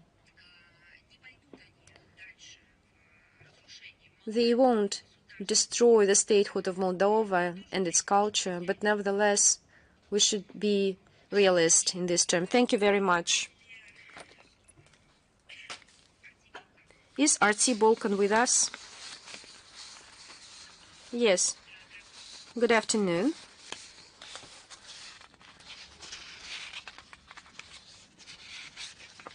I don't hear you. Just a second. Good afternoon. Madam Zakharova, do you hear me? We have two questions today. The first, what are the expectations of Moscow on the new government of Serbia, which after the criticism of the European Union by Alexander Vucic, and my second question will come after my first one. I think that's a good pretext for the representatives of the European Union, including for those whom we talked about them just right now, to resent in terms of interference in domestic affairs of a sovereign state, and I'm talking about Serbia. This is the first point. And secondly, I would like to tell you that the truth that you already know. We will build a mutually beneficial cooperation with this country in the spirit of friendly and partnership relations for the interests of our peoples. But as for the root causes of Brussels' interference in domestic affairs, even up to forming the so-called cabinets in the Serbian government, you need to ask this question to Brussels itself. And we have the second question.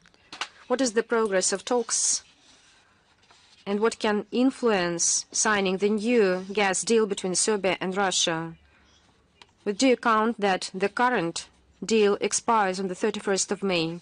As you know, the new contacts on the contract on supplies of gas to Serbia is being conducted by the competent authorities of the both countries. I can clarify if you give me some list of specific issues, and it will be much easier for everyone to redirect your question to the experts concerned, and we can send you back their response. Thank you very much.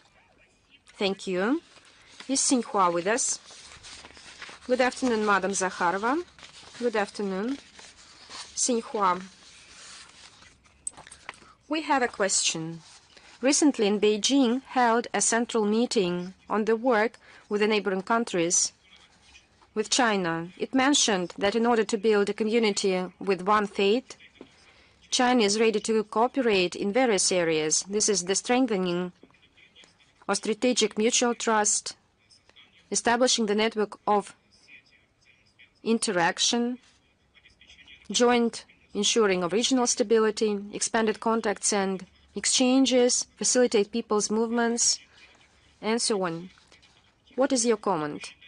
Do you believe that Russia and China, which are great neighbors to each other, should cooperate so that to maintain peace and development in the region and across the globe? You've had the reason that Russia and China are large neighbors, and I would like to add that the relations between our countries is an iconic model of mutually beneficial, equal, strategic cooperation of great powers in the modern world. I would add responsible international actors. The top leaders of our countries were wise enough and put an end to the once very sensitive issue, border issue, making it in place of eternal, as you say among your experts and our experts, the place of external peace and friendship handed over from generation to generation. This is a good phrase. I think it contains the real wiseness. The regions of the Far East and the northeast of China share multiple ties of practical cooperation, humanitarian exchanges, and in order to promote such cooperation, the relevant intergovernmental commission was being established and is functioning. Further steps to expand contacts are being manned, including the mutual visits of citizens. Our visa experts also work in this direction. I believe that is cross-border interaction. Russia and China are iconic good neighbors. This does not mean that we don't have any issues that are not to be resolved, but the matter is that we stand ready to resolve them on a mutually beneficial basis. We maintain friendly relations with all our border neighbors and the neighbors that border with China.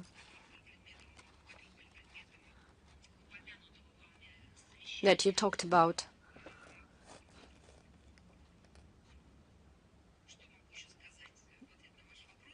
What else can I say? Maybe I can mention a coordinated role carried out on the bilateral basis under international organizations, for example, under SCO, ASEAN, other trilaterate, and other formats. Moscow and Beijing are interested in ensuring security and stability of all our neighbors across the region. And I think that's the main goal of the SCO, establishing this role. We stand ready to support the social and economic development of our neighbors, and we do not tolerate destructive interference of extra-regional powers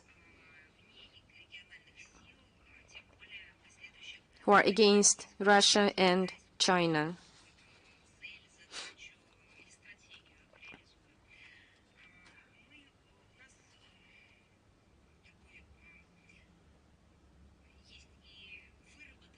We have elaborated a joint support to the regional issue on a number of areas. I'm not talking about the overall politics, but counteraction to the new challenges and threats. I'm talking about the whole track of issues where we have pragmatic and practical steps. And I believe that there is another important dimension for our cooperation in a more broader way. Cooperation of Moscow and Beijing brings value and consolidates the position of the countries of the global South and East who are tired of the timeless dominance of the West that resembles the eternal neocolonial ideology, that want to have mutually beneficial cooperation, equal cooperation. So I believe that our countries play a significant role in this process, and I believe that much is said about the new multiple world order, and our both states contribute to the formation of a more just global multipolar world order as an alternative to endless dictatorship of a restricted group of states who believe they are exceptionist and dictate their own will on others. Thank you very much. Is Reuters with us? Madam Zakharova, good afternoon. Good afternoon. Reuters is here, and we have a question. You were with us, and right now you are just here. Right here with you. I remember everything, as you know. I would like just to make some novelties. I'm for traditions, as you know. And my question relates to the previous interview of Foreign Minister Sergei Lavrov to Kommersant journal, who said that it is not easy to find a solution, the key and the core areas of Ukrainian settlement.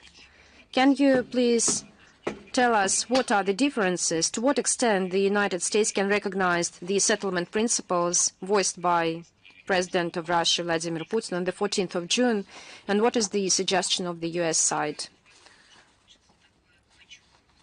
I think you just have a kind of a patchwork question. You started from the root differences.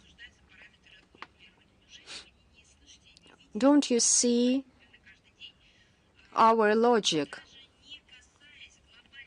Even if we don't touch upon the root causes of the conflict that need to be eliminated, even now, on the local track, the deals, the 30-day ceasefire deal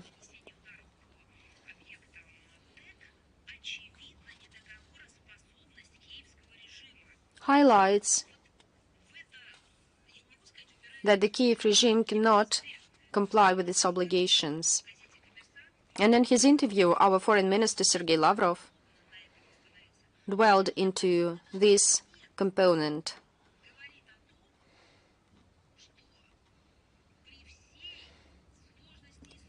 I refer to that with due account of the complexity of the issue.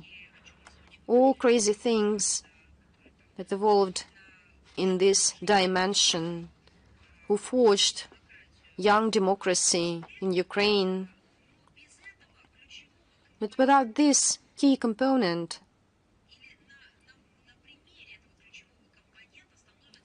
and I would like to say that exactly this component highlights the complicated nature of the agreements to be aligned.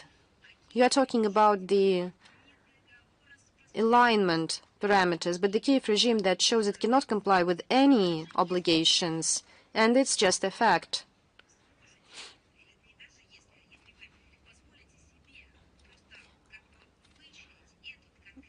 If you just study this specific episode, you would understand that this is the root problem in the conflict settlement. Let me remind you that soon after Washington's announcements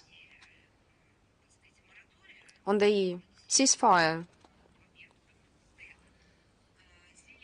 Zelensky supported this idea, not as some third proposal, but as a potential, but including his potential involvement. He became a part of this ceasefire regime. But there was no day when they fulfilled their obligations they signed by the person who always insists that he rules everything in Ukraine. They cannot stop hostilities even for 30 days.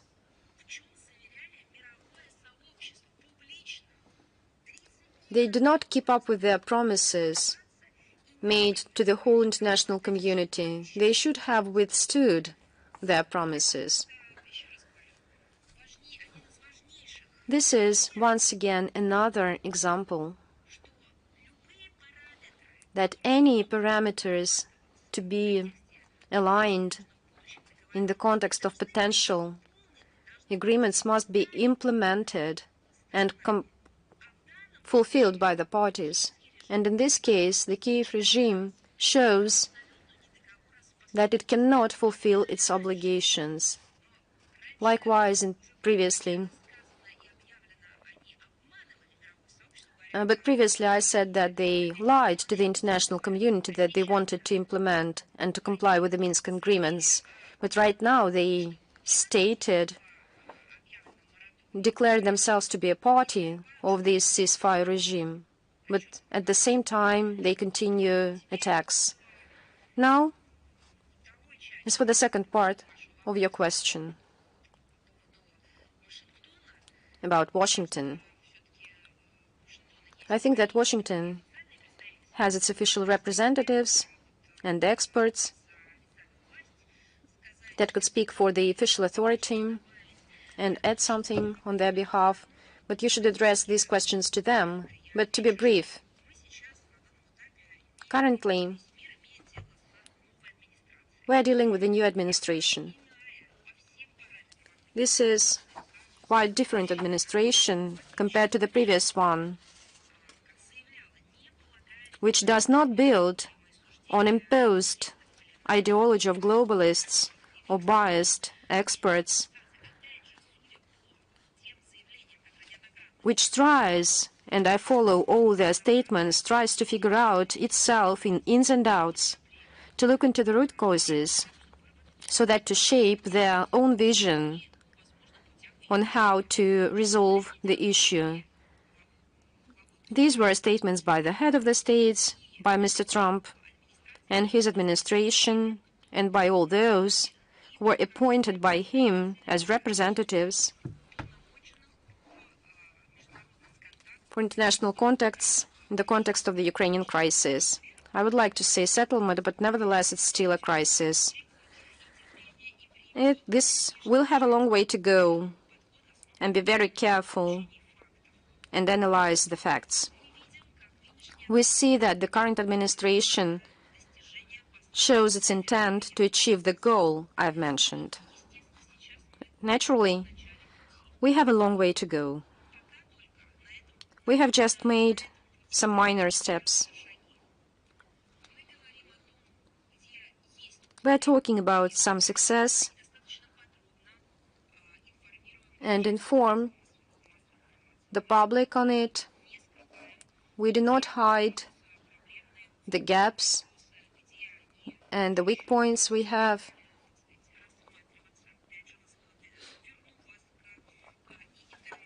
And I would like to remind you of the interview of Sergei Lavrov to Kommersant, and his statements.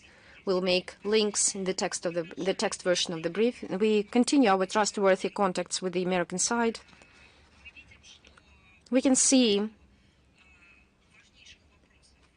that our interlocutors become to hear us, and we believe that we can suggest that they started to perceive better some aspects and concerns of Russia, that we need to eliminate the root causes of the Ukrainian crisis. And that's what your question.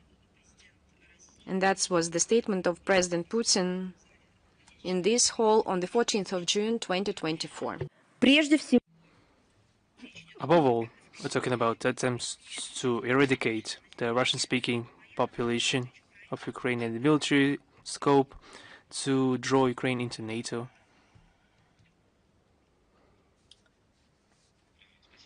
Thank you very much for the response. Thank you.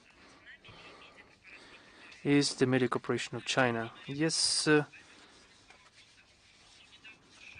Remember that recently the United States introduced tariffs for the majority of countries of the world, and they gave 75 states, they postponed the introduction of those tariffs for 75 countries of the world, and even later the Minister of Finance of the United States said that it was all temporary, and all the goods will be subjected to tariffs. What are the key reasons, in your opinion, for such fluctuations in tariffs?